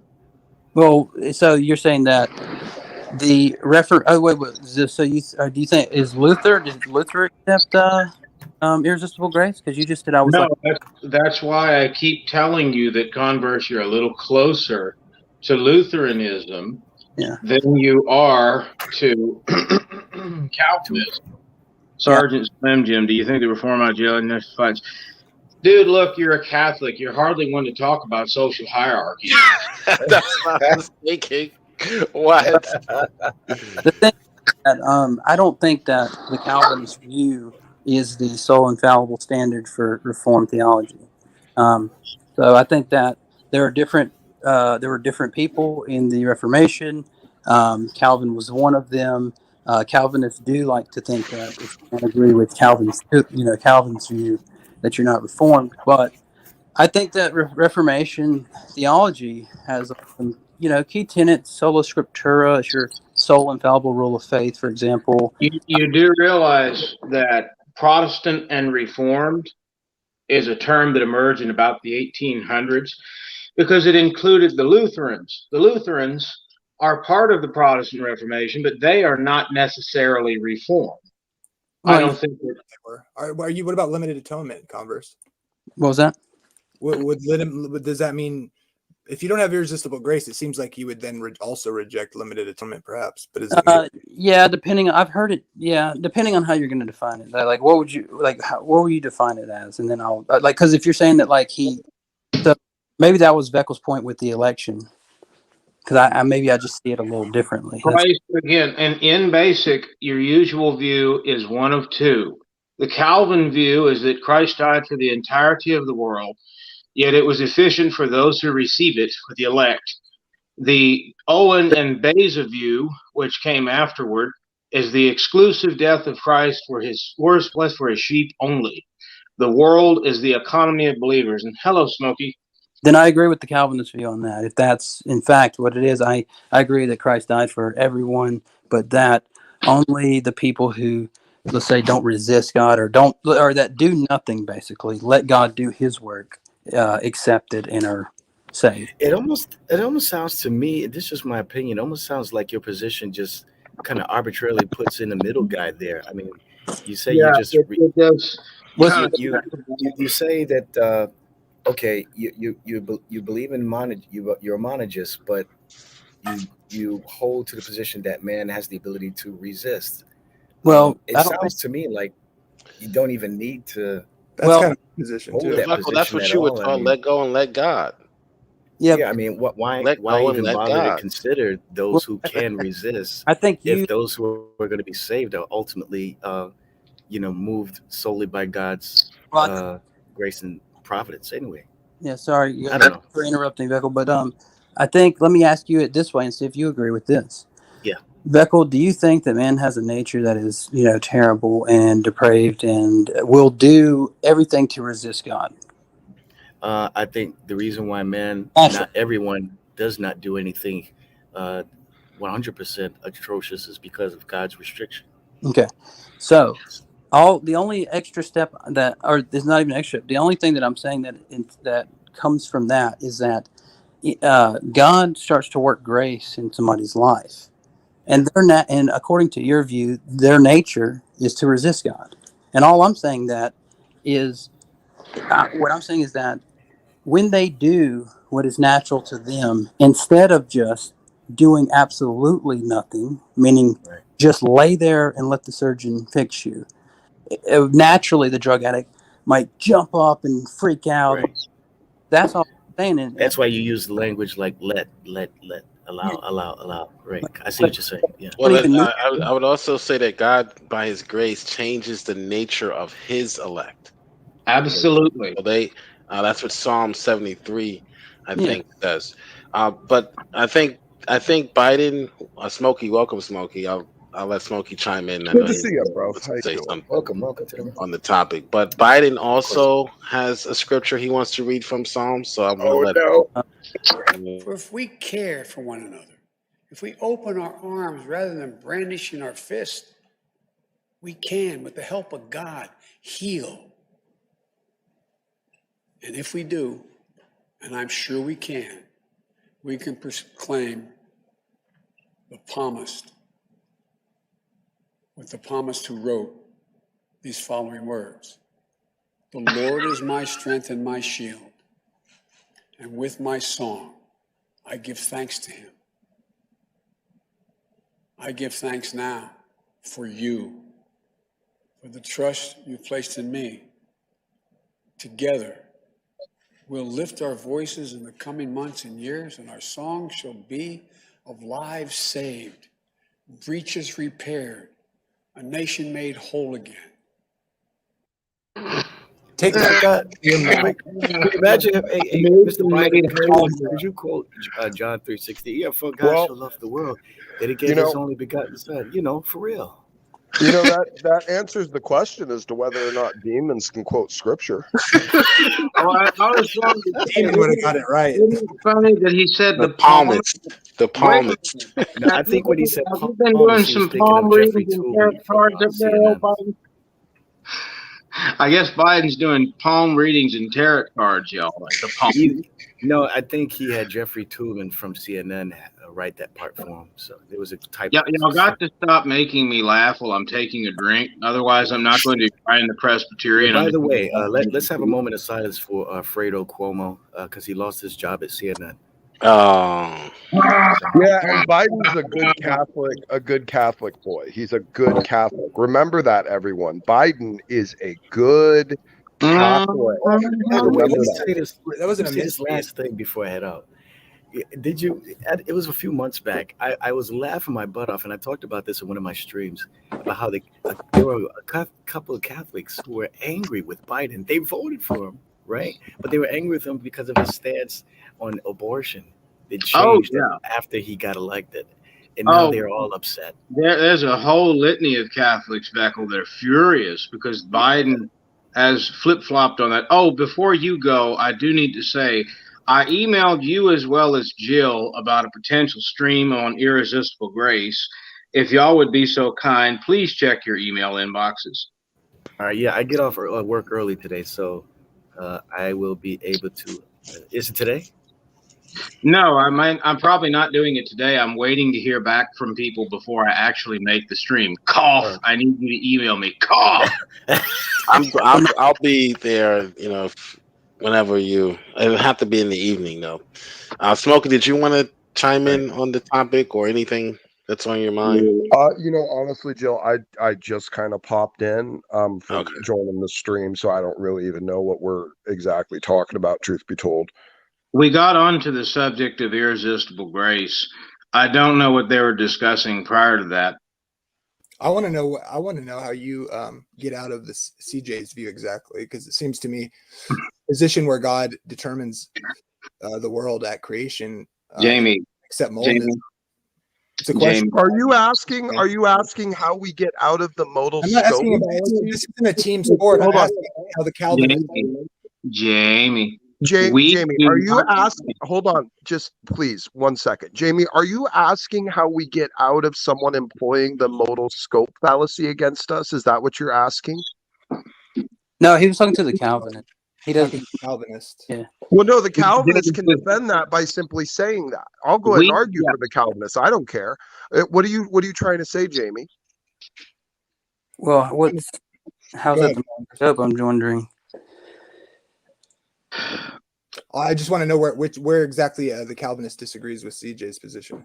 Well, then let me spell it out for you, Jamie, because it's not like we haven't spelled it out already in your hearing. Why don't you just read the Westminster Confession on the section about whether or not God authors secondary agency? Why don't you go watch the section about whether or not God authors secondary agency, Jamie? You see the thing that Ryan adheres to, the Westminster Confession. Go read it. Go read chapter 3. God does not author secondary agency. Let me interject, Smokey. It's chapter 3, paragraphs 4 and 5 in the Westminster. And what we specifically state, as most Calvinists do, because we're not fatalists, is that we do not think that God is the author of secondary agency, nor is he the author or approver of sin. Let me make it plain to you. When my father beat my disabled uncle in the head with a rock, saying he was casting the devil out of him, we do not think God ordained or predetermined that act. A fatalist like CJ would. Oh, you don't think that God ordains every act then? Okay. No, that's a fallacy. We do not think that God ordains moral evil. If you think that, you are not a Calvinist, you are a fatalist. Well, I was just asking a question. It wasn't a fallacy. I just said, do you think that God doesn't ordain every act? It was just okay then. No, God does not ordain acts of moral evil. Okay. Well, I mean, I don't know a whole lot of Calvinists that take that position, but I don't know them all. And maybe Jamie, you can stop trying to play the no true Scotsman fallacy and lump me in with CJ. I just asked the question as well. I think well, Jamie, it's been explained to you. This is why I'm a little impatient with you. It's been explained to you where you've been in the chat and you've been in the streams on Smoke. I know the answer. Hold on. Jamie, you get pissed off at me because you say, let me finish, and then you never let me finish. So I'm going to finish my point. It's been explained ad nauseum to you that Calvinists deny that God is the author of secondary causation or actualization in philosophy. We also deny that God is the author and approver of sin. Do you need that broken down for you even further? Yes or no? Well, I think I understand it just fine. Yeah. Hey, by the way, Ryan, is that Yeah, go ahead, sorry.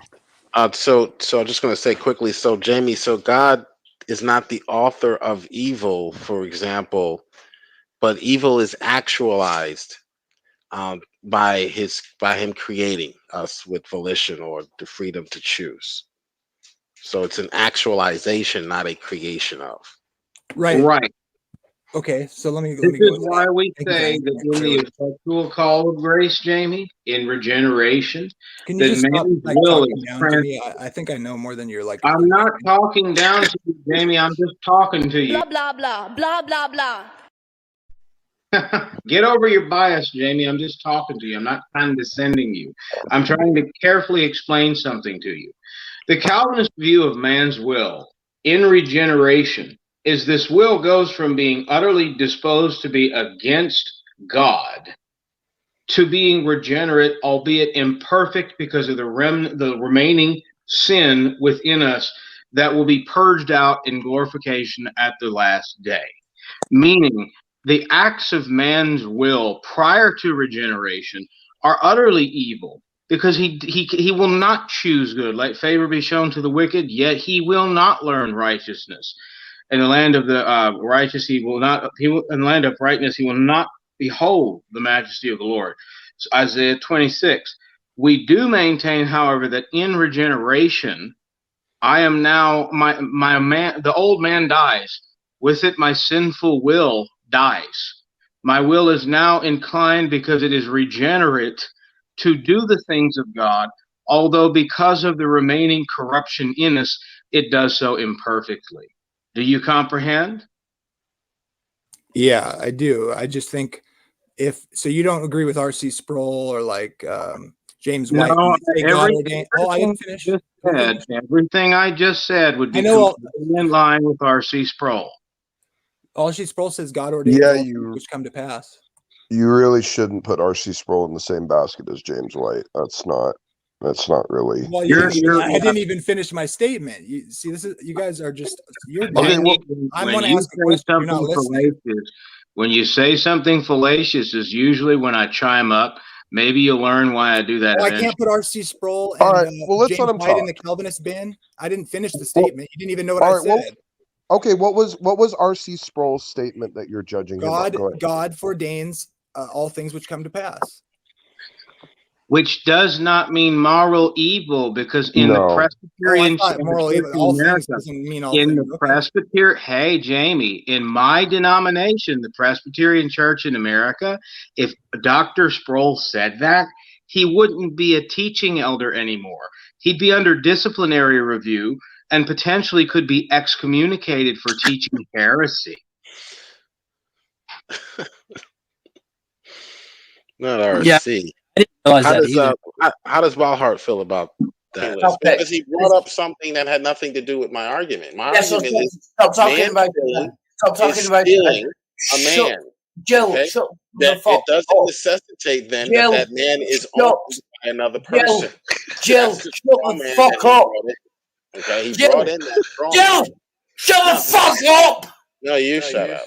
How is man guilty for if he's born that way? How can you say he's guilty for his decisions if it's not his own choice that chooses to be hate God?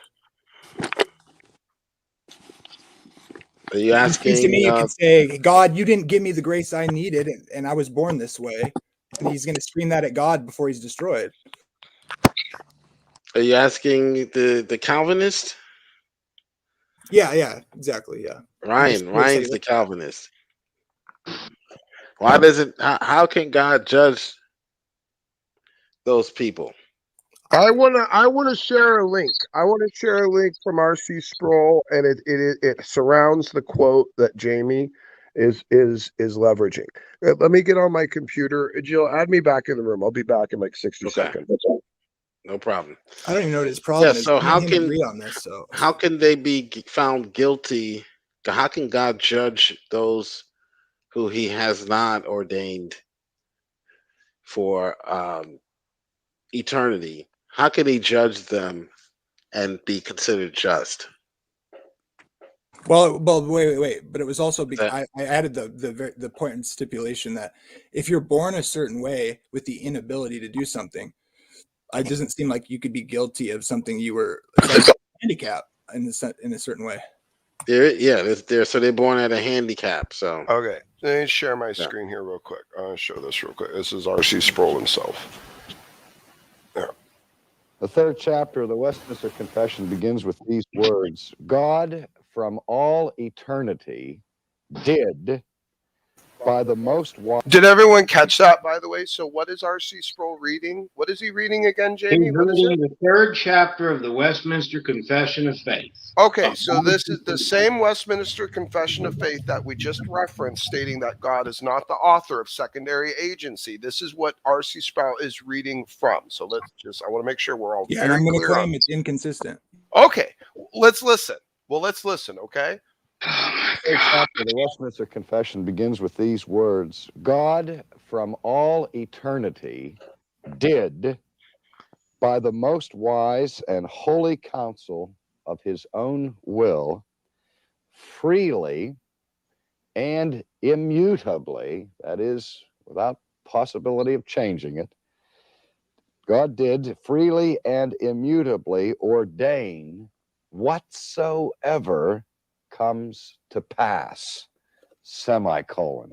Let me take a breath there at the point of the semicolon. God from all eternity, according to his own holy and wise counsel, did freely and immutably ordain or foreordain whatsoever comes to pass. And I paused at that point in the seminary classroom and I said to my students, how many of you believe that statement? I have to understand this was a Presbyterian seminary, so these fellows were pretty well steeped in the Augustinian tradition. And I got like a 70% vote there that that large number believed it. And I said, okay, how many of you don't believe that statement? And 30 or so hands went in the air. And I said, fine. Now let me ask another question. I said, without fear of recriminations, nobody's going to jump all over you. We just would like to know. Feel free to state your position. How many of you would call yourselves atheists? And nobody put their hand up. And I went into my Lieutenant Columbo routine. There's just one thing here I can't understand. I said, and I looked at those 30 who had raised their hand, and I said, do you mind if I ask you a personal question? I said, I can't figure out why those of you who raised your hand saying you did not believe this statement didn't raise your hand when I asked if you were atheists. And they looked at me with a mixture of puzzlement, the same kind of looks I'm seeing in your eyes here today. And I was saying, because if you don't believe this statement, you understand that fundamentally, bottom line, you're an atheist. And that was about the most outrageous thing they ever heard in their lives. And I said, well, let's understand that this statement that I've just read, that God has foreordained whatsoever comes to pass, is not a statement that is unique to Calvinism or to Presbyterianism. It doesn't distinguish the Reformed tradition from other traditions. It doesn't even distinguish Christians from Jews or from Muslims. This statement here distinguishes theists from atheists. And they were still puzzled as I continued this harangue. And I said, don't you see that if there's anything that happens in this world outside the foreordination of God, that if there's no sense in which God is ordaining whatsoever comes to pass, Amen. at whatever point something happens outside the foreordination of God, it is therefore happening outside of the sovereignty of God. Okay. Jamie, Amen. quick question. Amen. Quick question. Do you believe that R.C. Sproul and the Westminster Confession, the people that put it together, were philosophically ignorant? You do realize this is what I was sticking up with CJ when you were attacking me for sticking up to Do you CJ know what God ordained all things? Do you know what secondary causation. That's well, what we I'm know what Jamie means. We know You were fighting me on this. we know what CJ means when he says that. Fatalist, And it doesn't mean what we mean or the Westminster Confession means when it says ordains. We know that. So I'm going to ask you again. Do you think the Westminster Confession, the writers of it, as well as R.C. Sproul, I think they're philosophically we're philosophically ignorant as much as C.J. Cox, do you think? No, I don't. Okay. Do you think that they understood the concept of weak actualization? I'm not sure. Do you understand the concept of weak actualization? Dude, are you? This is ridiculous. Like, this is the argument I was. No. Do you understand the difference between strong I do. actualization? I understand secondary and weak causation, weak and strong actualization. I was making those arguments. That no, those are two different things. Causation and actualization. No, they're related. I'm hearing like two different arguments, right? One is that Jamie's saying something like the Calvinist view isn't necessarily that. Jamie's saying the Calvinist view is that God proactively, that would be an operational word. Jamie ordains all evil. Jamie also in my last to evil being a permissive actualization in reality by free will agents, which is exactly what the Westminster Confession believed, and exactly what R.C. Sproul believed. Well, wasn't I saying earlier something about man not doing something, but God, allowing man to be in his Think about it this way, Converse. Well, I mean, I've heard I've heard it 3 times. Okay. I understand what you guys are saying. It's just that I don't think that the argument is going through on both sides. It should. They're arguing 2 different positions. Let me give you an example.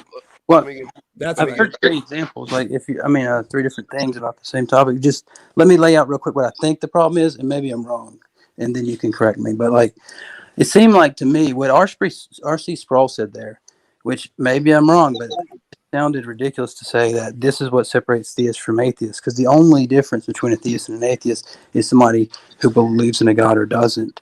And that's definitionally.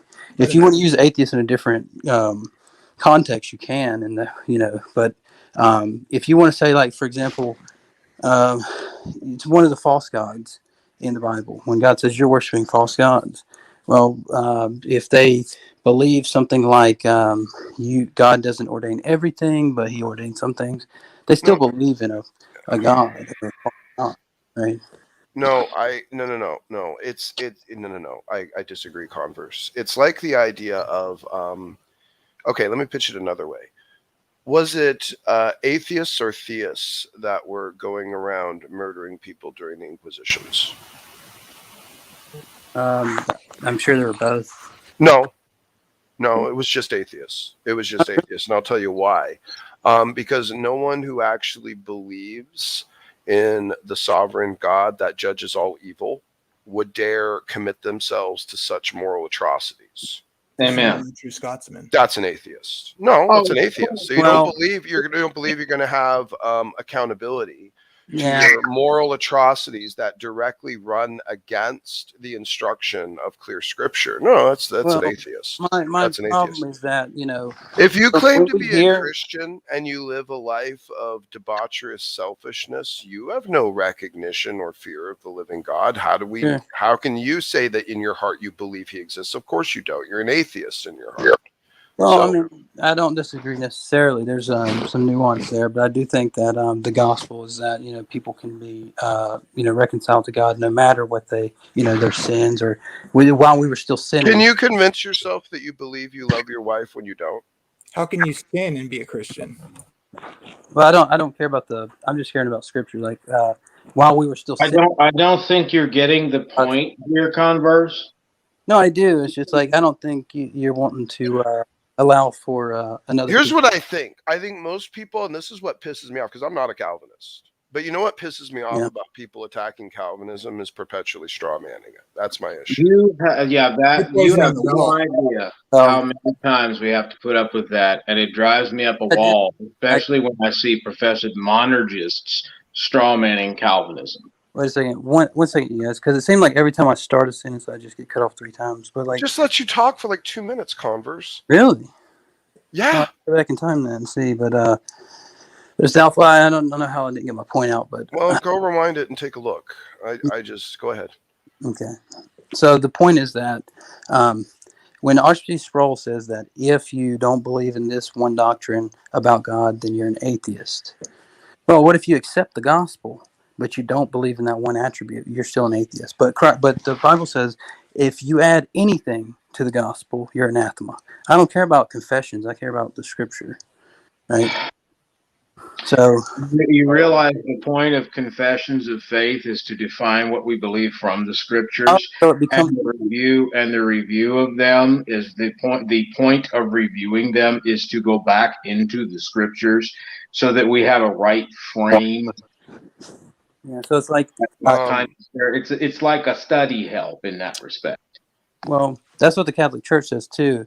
Like the doctrines are. Oh my gosh, the confession of faith. Well, hold on. Converse, the avenging hand of light. Yes, I own Veckel. If you guys didn't hear, Veckel is going to sign my contract to be owned, because Service believes, or he stated that anyone that signs a contract to own another person as property would be arrested. So I'm going to send this to Veckel and wait for the authorities to show up at my door. According to Service, the authorities should be showing up after Veckel signs this agreement. Okay. By the way, Avenging Hand of Light, just a thought for you. If you file a false report with DCFS and it turns out that Veckel's not doing what you're alleging him to do, you're going to be in some hot water, man. Real hot water. Okay. I forgot where we were at with Converse. He had said something and I wanted to respond to it, and then I forgot now. Converse made the ignorant statement that using a confession of faith as a I remember what I was going to say. Converse, do you believe that you have to believe in the Trinity to be saved? Do you think you can be oneness and be saved, or like Jehovah's Witness or something? Because they do believe the gospel, right? He's muted. You're muted, bro. Did he step away or something? Oh, yeah. There's two of them now. Okay, I had to come back. I guess he bounced up. Converse, did you hear my question? I can't hear him. Converse, you there? I don't know. Converse, you might need to reboot your device or clear your cache. We're not hearing you. All right, he left and he'll be back. Maybe he'll come back. Again. And Jamie left too, and I was about to get down to it. Jamie, you're not doing anyone any favors if you don't understand how a Calvinist, a true Calvinist, not a CJ Calvinist, is using the word ordination. Jamie ran from the discussion with me and left me a comment on my stream where we would have talked about unconditional election and reprobation. Can you hear me? But the Calvinist view. We hear you. All right. But just to define what Jamie thinks, he left me a comment in the chat that the Romans 9 view of Calvinism is fatalism. So whenever you're interacting with Jamie and he thinks you're a Calvinist, just know he'll call you a fatalist. Yeah, so I'm actually not.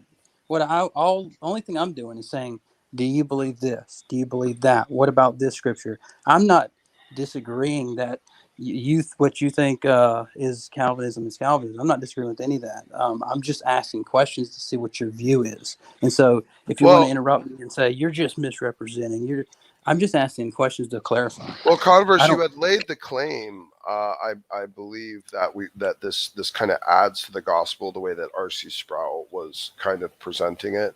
That if you didn't believe, in God having the idea is that from what he's presenting, and I'll say this and then you can respond. But the way I read from what R.C. Sproul was saying is that if you believe that something happens outside of even the allowable scope or permissive will of God, then you're believing that something exists outside of God. And then therefore that's an atheistic perspective. You think that there's even something beyond God. That's what I think he was getting at.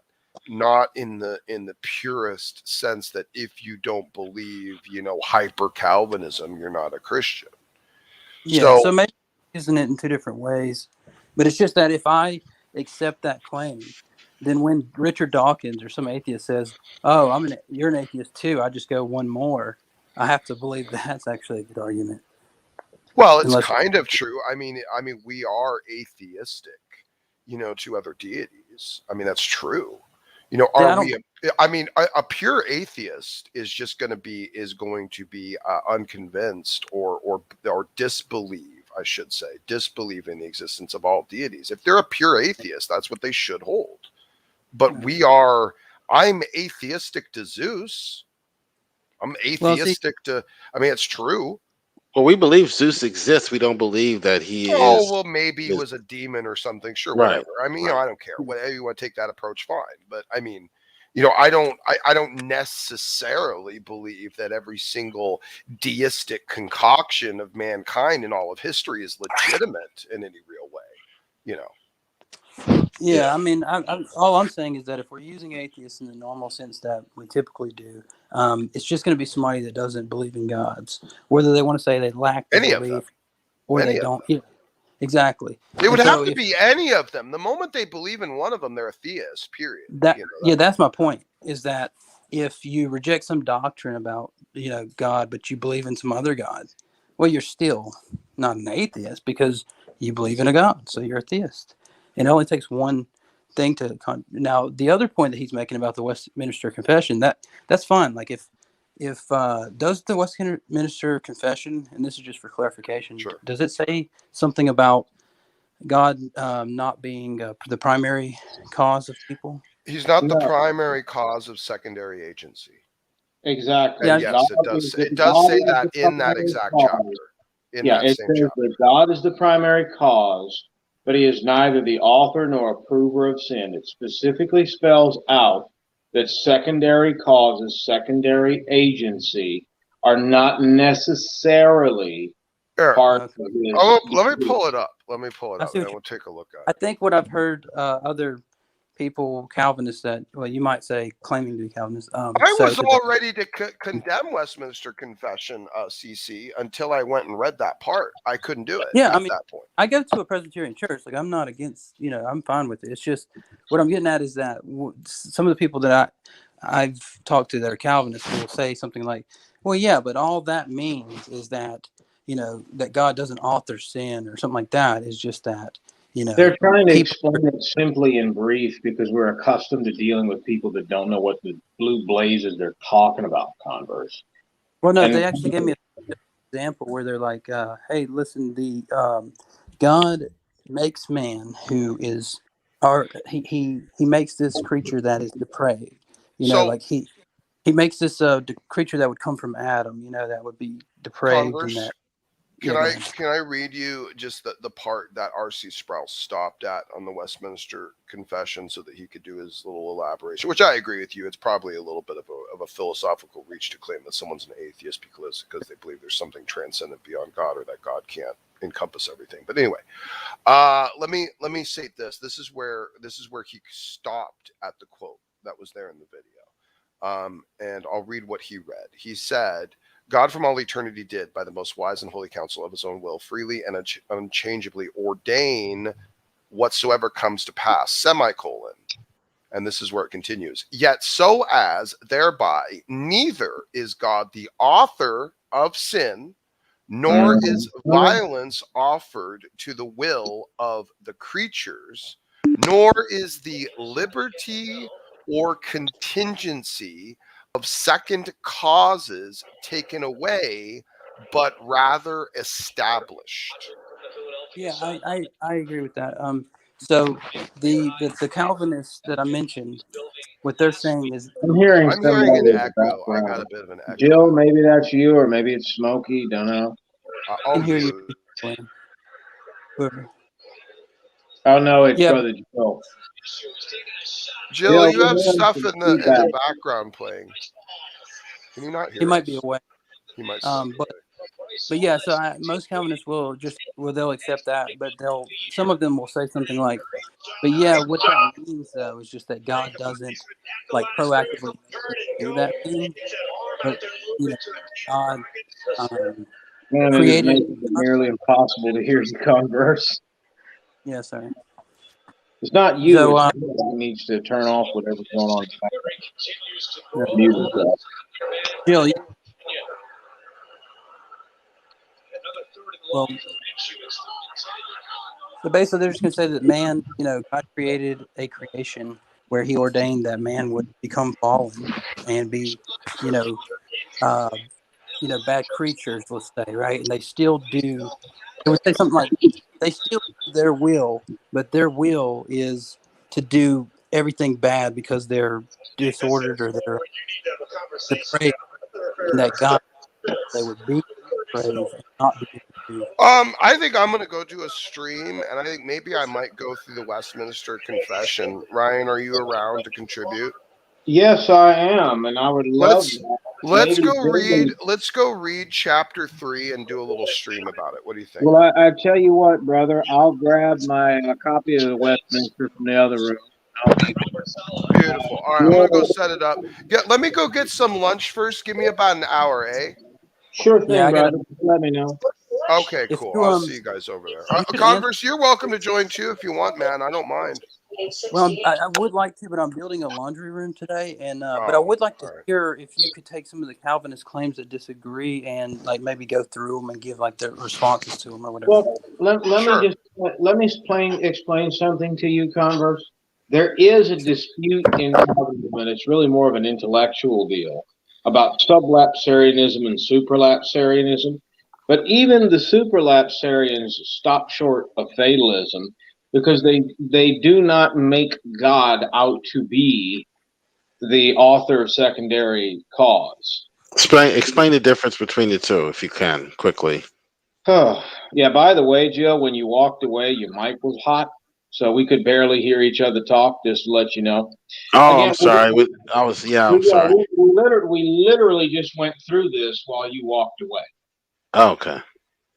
But what I was going to say is that, again, you have to remember when dealing with a Jamie as an SDA, he thinks that the Calvinist view of Romans 9, as per his comment in my last stream, is fatalism. So you can't get anywhere with Dum Jamie. And I'm looking forward to my 19 November debate with Jamie Russell because I'm going to completely expose the Seventh-day Adventist cult. And Is it on Praise's channel? Yes, it is. Okay. Jamie's already lost the debate because he's admitted that Satan isn't our scapegoat, as taught by Ellen White in Great Controversy, but he's also going to defend that the scapegoat could have been Satan that went out free in Leviticus 16. So it's just some really kooky stuff, but either way, it looks like Smokey in an hour will be setting up the stream and has requested me to go through the third chapter of the Westminster Confession. So I must obey my master, since that's how they paint him out to be, right? I got to obey Lord Smokums and do what he says, or he'll put me into the punishment dungeon and beneath the stairs, and I'll never come out again. He'll put you in the smoke room. It's been a while since Smokey's tried to smoke me, and I'm kind of glad for it. But I'm always up for it. I'm always up for a discussion. I really do think one day Smokey and I should have a friendly debate. We were supposed to do that, but so much stuff has happened. So let me know, by the way, in email, so we can do an irresistible grace stream. I had planned to do that because Gavin got on my backside, and as you know how he gets sometimes, you answer him in 3 different ways, then 4, then 5. But because he dislikes the answer, he just discounts what you say. So I decided that since he's not listening for whatever reason, that I would have a stream on it. Veckel's interested. Jason Burns may come. My friend the Black Doctor may come, and we will have to see. Yeah, just let me know when.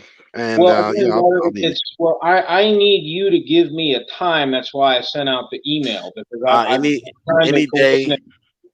any day of the week after 8 o'clock Central. Right after 8. Yeah.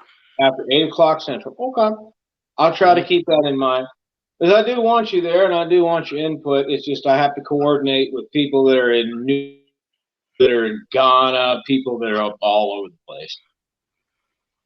Right. So I guess that'll be that. Are you going to give your usual spiel? Repent or die, atheists? Yeah. I'm gonna shut it down in a minute. but I do want to read from Romans 9. Please.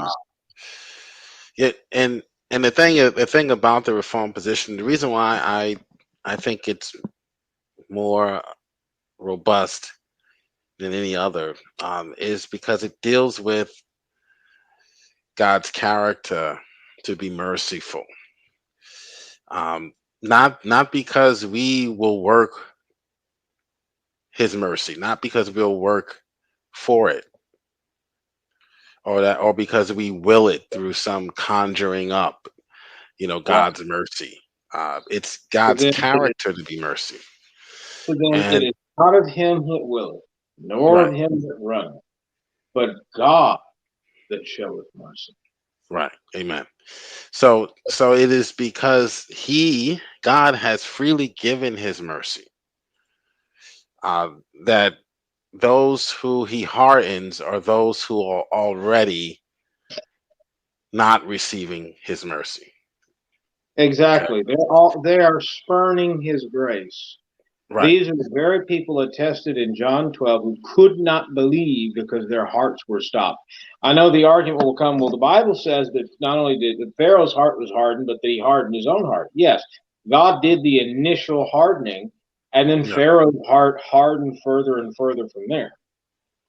Right. And I shouldn't say God did. God, by not choosing him, let me be more precise. Exactly. Yeah. Hardened his heart. And then they might say, well, that's not fair. Well, fairness, I mean, is it unfair that your employer hired one person over another and decided not to promote you over another candidate? Well, not necessarily. So how is it unfair for God to be choosing upon whom He bestows His love? Right. So here's the bottom line. No one deserves God's mercy. None. None of us. There is none. Not like even the ones that He chose to give mercy to. Precisely. That's the whole point. Okay? Precisely, brother. That's why He can harden who He wants to harden, because none of us deserve His mercy. Okay. Not one. And I think Paul in Romans 9, he says, even though God has the right to show His anger and His power, He still, nevertheless, is very patient with those on whom His anger falls. Those who are destined for destruction. I don't know how much clearer it can get. Destined for destruction. I mean, what more do you want God to say? Ordained to, as Jude says it, who are of old ordained to this condemnation. Notice, not preordained, but ordained. That is the difference between Reformed theology and Islam. Islam is full tilt fatalism. Islam says that Allah created people to be burned. Calvinists never have held that position. By the way, Brother Beckel, I'm in Central Time, so I'm probably going to put it at 8 Central, if that's the case. Hopefully you can come by. You can do tomorrow 8 Eastern. Okay, so you're going to do it at 8 Central, which is 9 Eastern, right? Yeah. So he's saying 8 p.m. EST, which would be 7 my time. You can come in at 8. I might just have to split the difference and call it 7:30 CST. Okay. Yeah, that's fine. What is it with these atheists, dude? That's always hide behind these anonymous accounts and then say, I'm going to have Beckel's kid taken away. Like, dude, if you file a false report with a federal agency, you're going to be in a real hot pot of water. Yeah, Beckel is going to be my slave. So we're waiting now. I'm going to send the contract or the agreement to Beckel, and he's going to sign it. And then I'm going to wait for Cerberus Hex to call the police on us and have us arrested, because he's claiming that if we were to do that, it would be a violation of the law, and we would be put in jail. Yeah, but that's the thing that people don't get. Slavery is technically not illegal. The Emancipation Proclamation simply emancipated the slaves. It did not ban slavery. If you're looking at a slavery ban, you'd have to look to different laws within the U.S. Code. Right. You could still be a ward or property of the state if you commit a crime. Right, which, by the way, anytime someone becomes the ward of the state, they are a slave to the state. Exactly. Exactly what the word means. They Literally. don't employ the terminology of slave, but that's exactly as Brother Beckel says. It means slave. Right. Literally.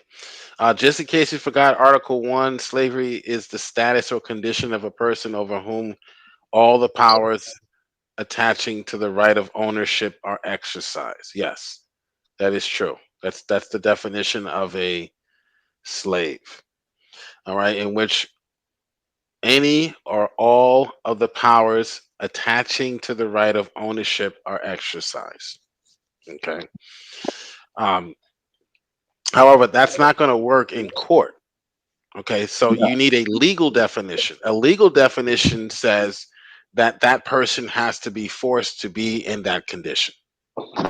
So if I say that I am going to hand over all or any of my rights and to Ryan, and I sign a piece of paper saying that, that's not breaking any laws, because that's not the definition legally of slavery. So if you want to accuse the Bible of something immoral, and that would be in our jurisprudence adjudicated, and then someone would be charged with a crime, you need the legal definition of slavery. Well, not only that, they always forget that slavery in the Bible was, generally speaking, a temporary thing. There were ways that you got out of it. If your master beat the snot out of you and you were crippled, you had to be let go and recompensed.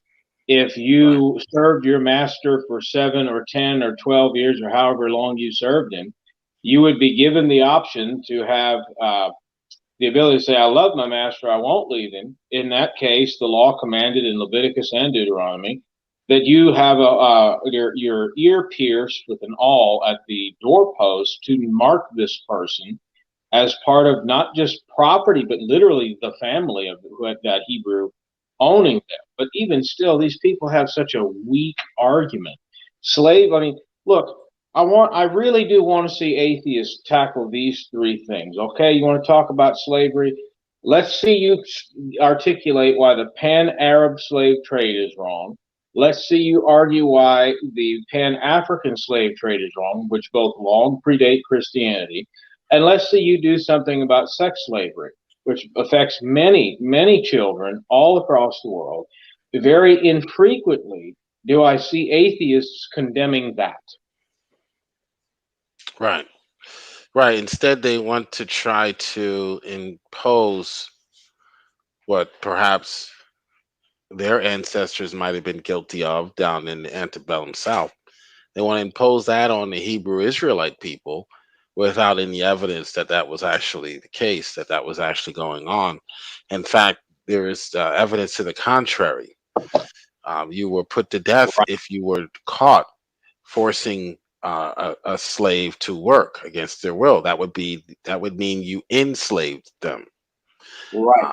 Not that their position is slave or a vet. They work for a living. They work to survive. They travel from city to city as a migrant, what we might call a migrant worker today.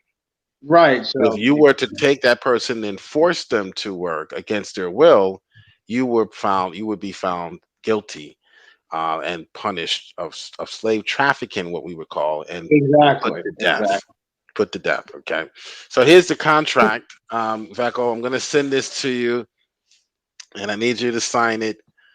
Vecco is going to agree to wash dishes, mow the lawn, clean the bathroom, and actually, I don't drive to work anymore, but if I did, well, hey, I tell you what, I can sharpen lawnmower blades, so maybe you can subcontract that out to me. So when we see, right? Okay, I'll do that. I'll put that an extra clause in there. So when we see this happening in the ancient Near East, we need not assume that the purchasing and the ownership and the contracts, if you will, or agreements, were that of ones that did not deal with volition on both parties being choosing this agreement. Just because they call it ownership does not mean the same thing as even what we consider ownership today, or purchasing or buying, basically. All of that meant was you were agreeing to do a service. It was a service agreement. Ownership just simply meant you were agreeing to do a service. Or you promised to do a service, or you owed a service. If you owed a service to someone, they owned you. So the age-old proverb might not have been a proverb, but the age-old Old Testament concept that the borrower is slave to the lender is still true today. Right. The borrower is slave to the lender. That is Look, still let true me today. give you another example. If you get bonded out of jail, you will be owed to the bail bondsman. So say your bail was $5,000 for whatever crime you commit. The bail bondsman says, I'm gonna put up that money, and he's out, he's free, but I need something in exchange. Right, And collateral. he needs the collateral. If he isn't paid or given an item of equivalent value, like say a car, then he has the legal right in these United States to come after you and whoever paid the bail. He wants his pay. And his option then is he can collect that. Sometimes they charge a fee because you had bad to come get you. Or you can go to jail. And that's exactly what they do. They as an officer of the court, not quite like a police officer or sheriff's deputy, but similar, will arrest you and cart your buttocks to jail because you didn't pay your bond. Couldn't they at least garnish the wages? Did they do that also? Or put a lien on your property? Well, they could. I think. Now, don't quote me on this, as I'm certainly no expert, but I think the bail bondsman in the U.S. and the bounty hunters could theoretically put a lien against your property, but I think that it's mainly the court. It's like the court can garner your wages, as far as I'm aware. Okay. But the bail bondsman, like the way the bail bondsman would work is, you can't pay. Okay, well, what's something that you can provide me of equivalent value? Well, I got two gold rings that total up to $5,000. Done. But nonetheless, that's still legal in this country. Right. And believe me, if you don't pay that parking ticket, like say a $20 parking ticket, the court will dispatch you out to the bounty hunters and they will come collect. Guess what? That's technically part of this whole conversation. And that's totally legal. Totally not immoral either. I don't see atheists really crying about the bounty hunters all that much either. Well, they maybe they watch the show, but don't actually know what's going on there. Yes, the borrower is slave to the lender. It's an age-old concept. It will not change until Christ returns. No.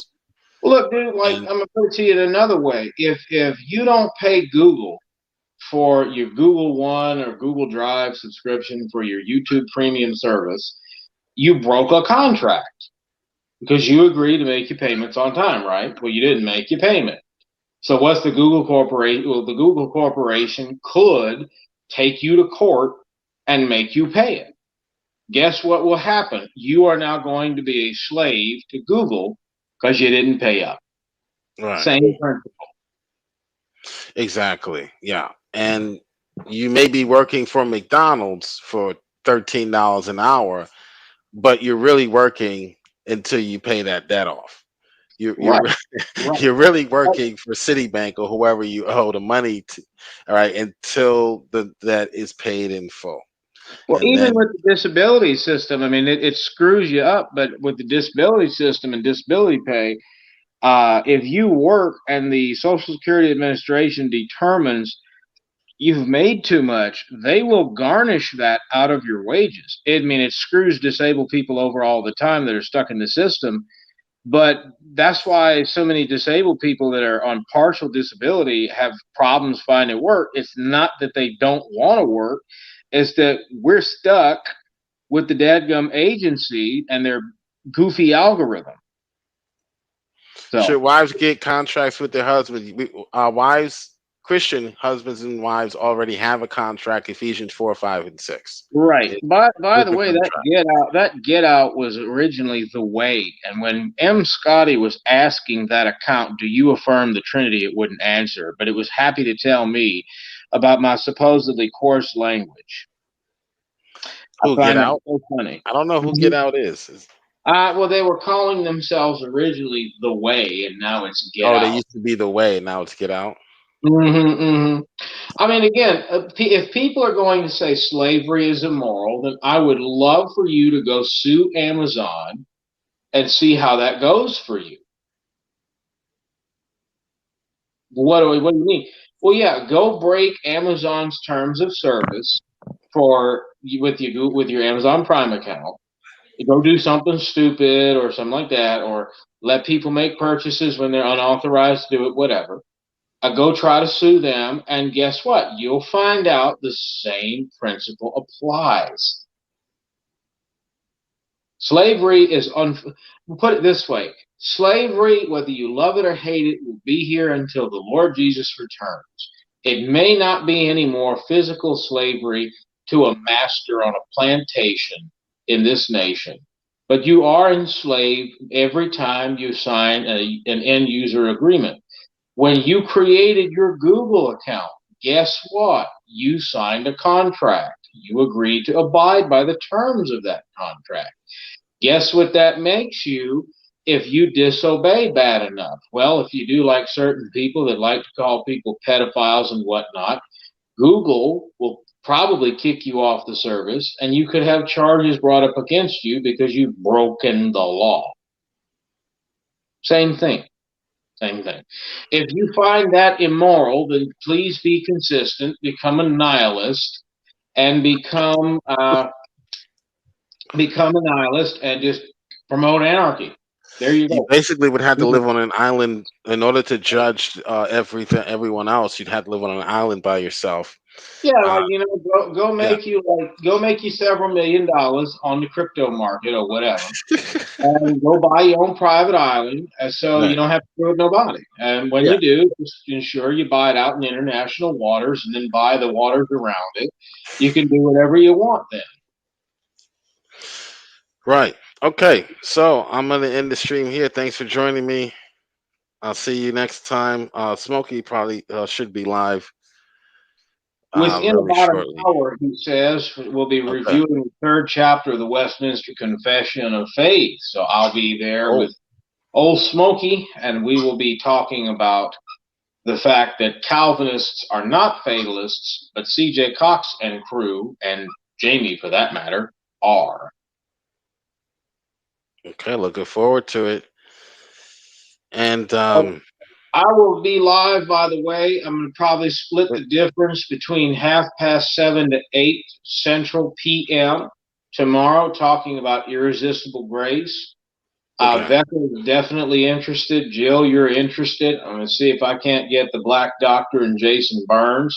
So we'll have a stream about the doctrines of grace and specifically about determining or irresistible grace. All right. See you then. The Lord be with y'all. Bye-bye. If you reject Christ, then the moment you take your first step through the gates of hell, the only thing you will hear is all of creation standing to its feet and applauding and praising God because God has rid the earth of you.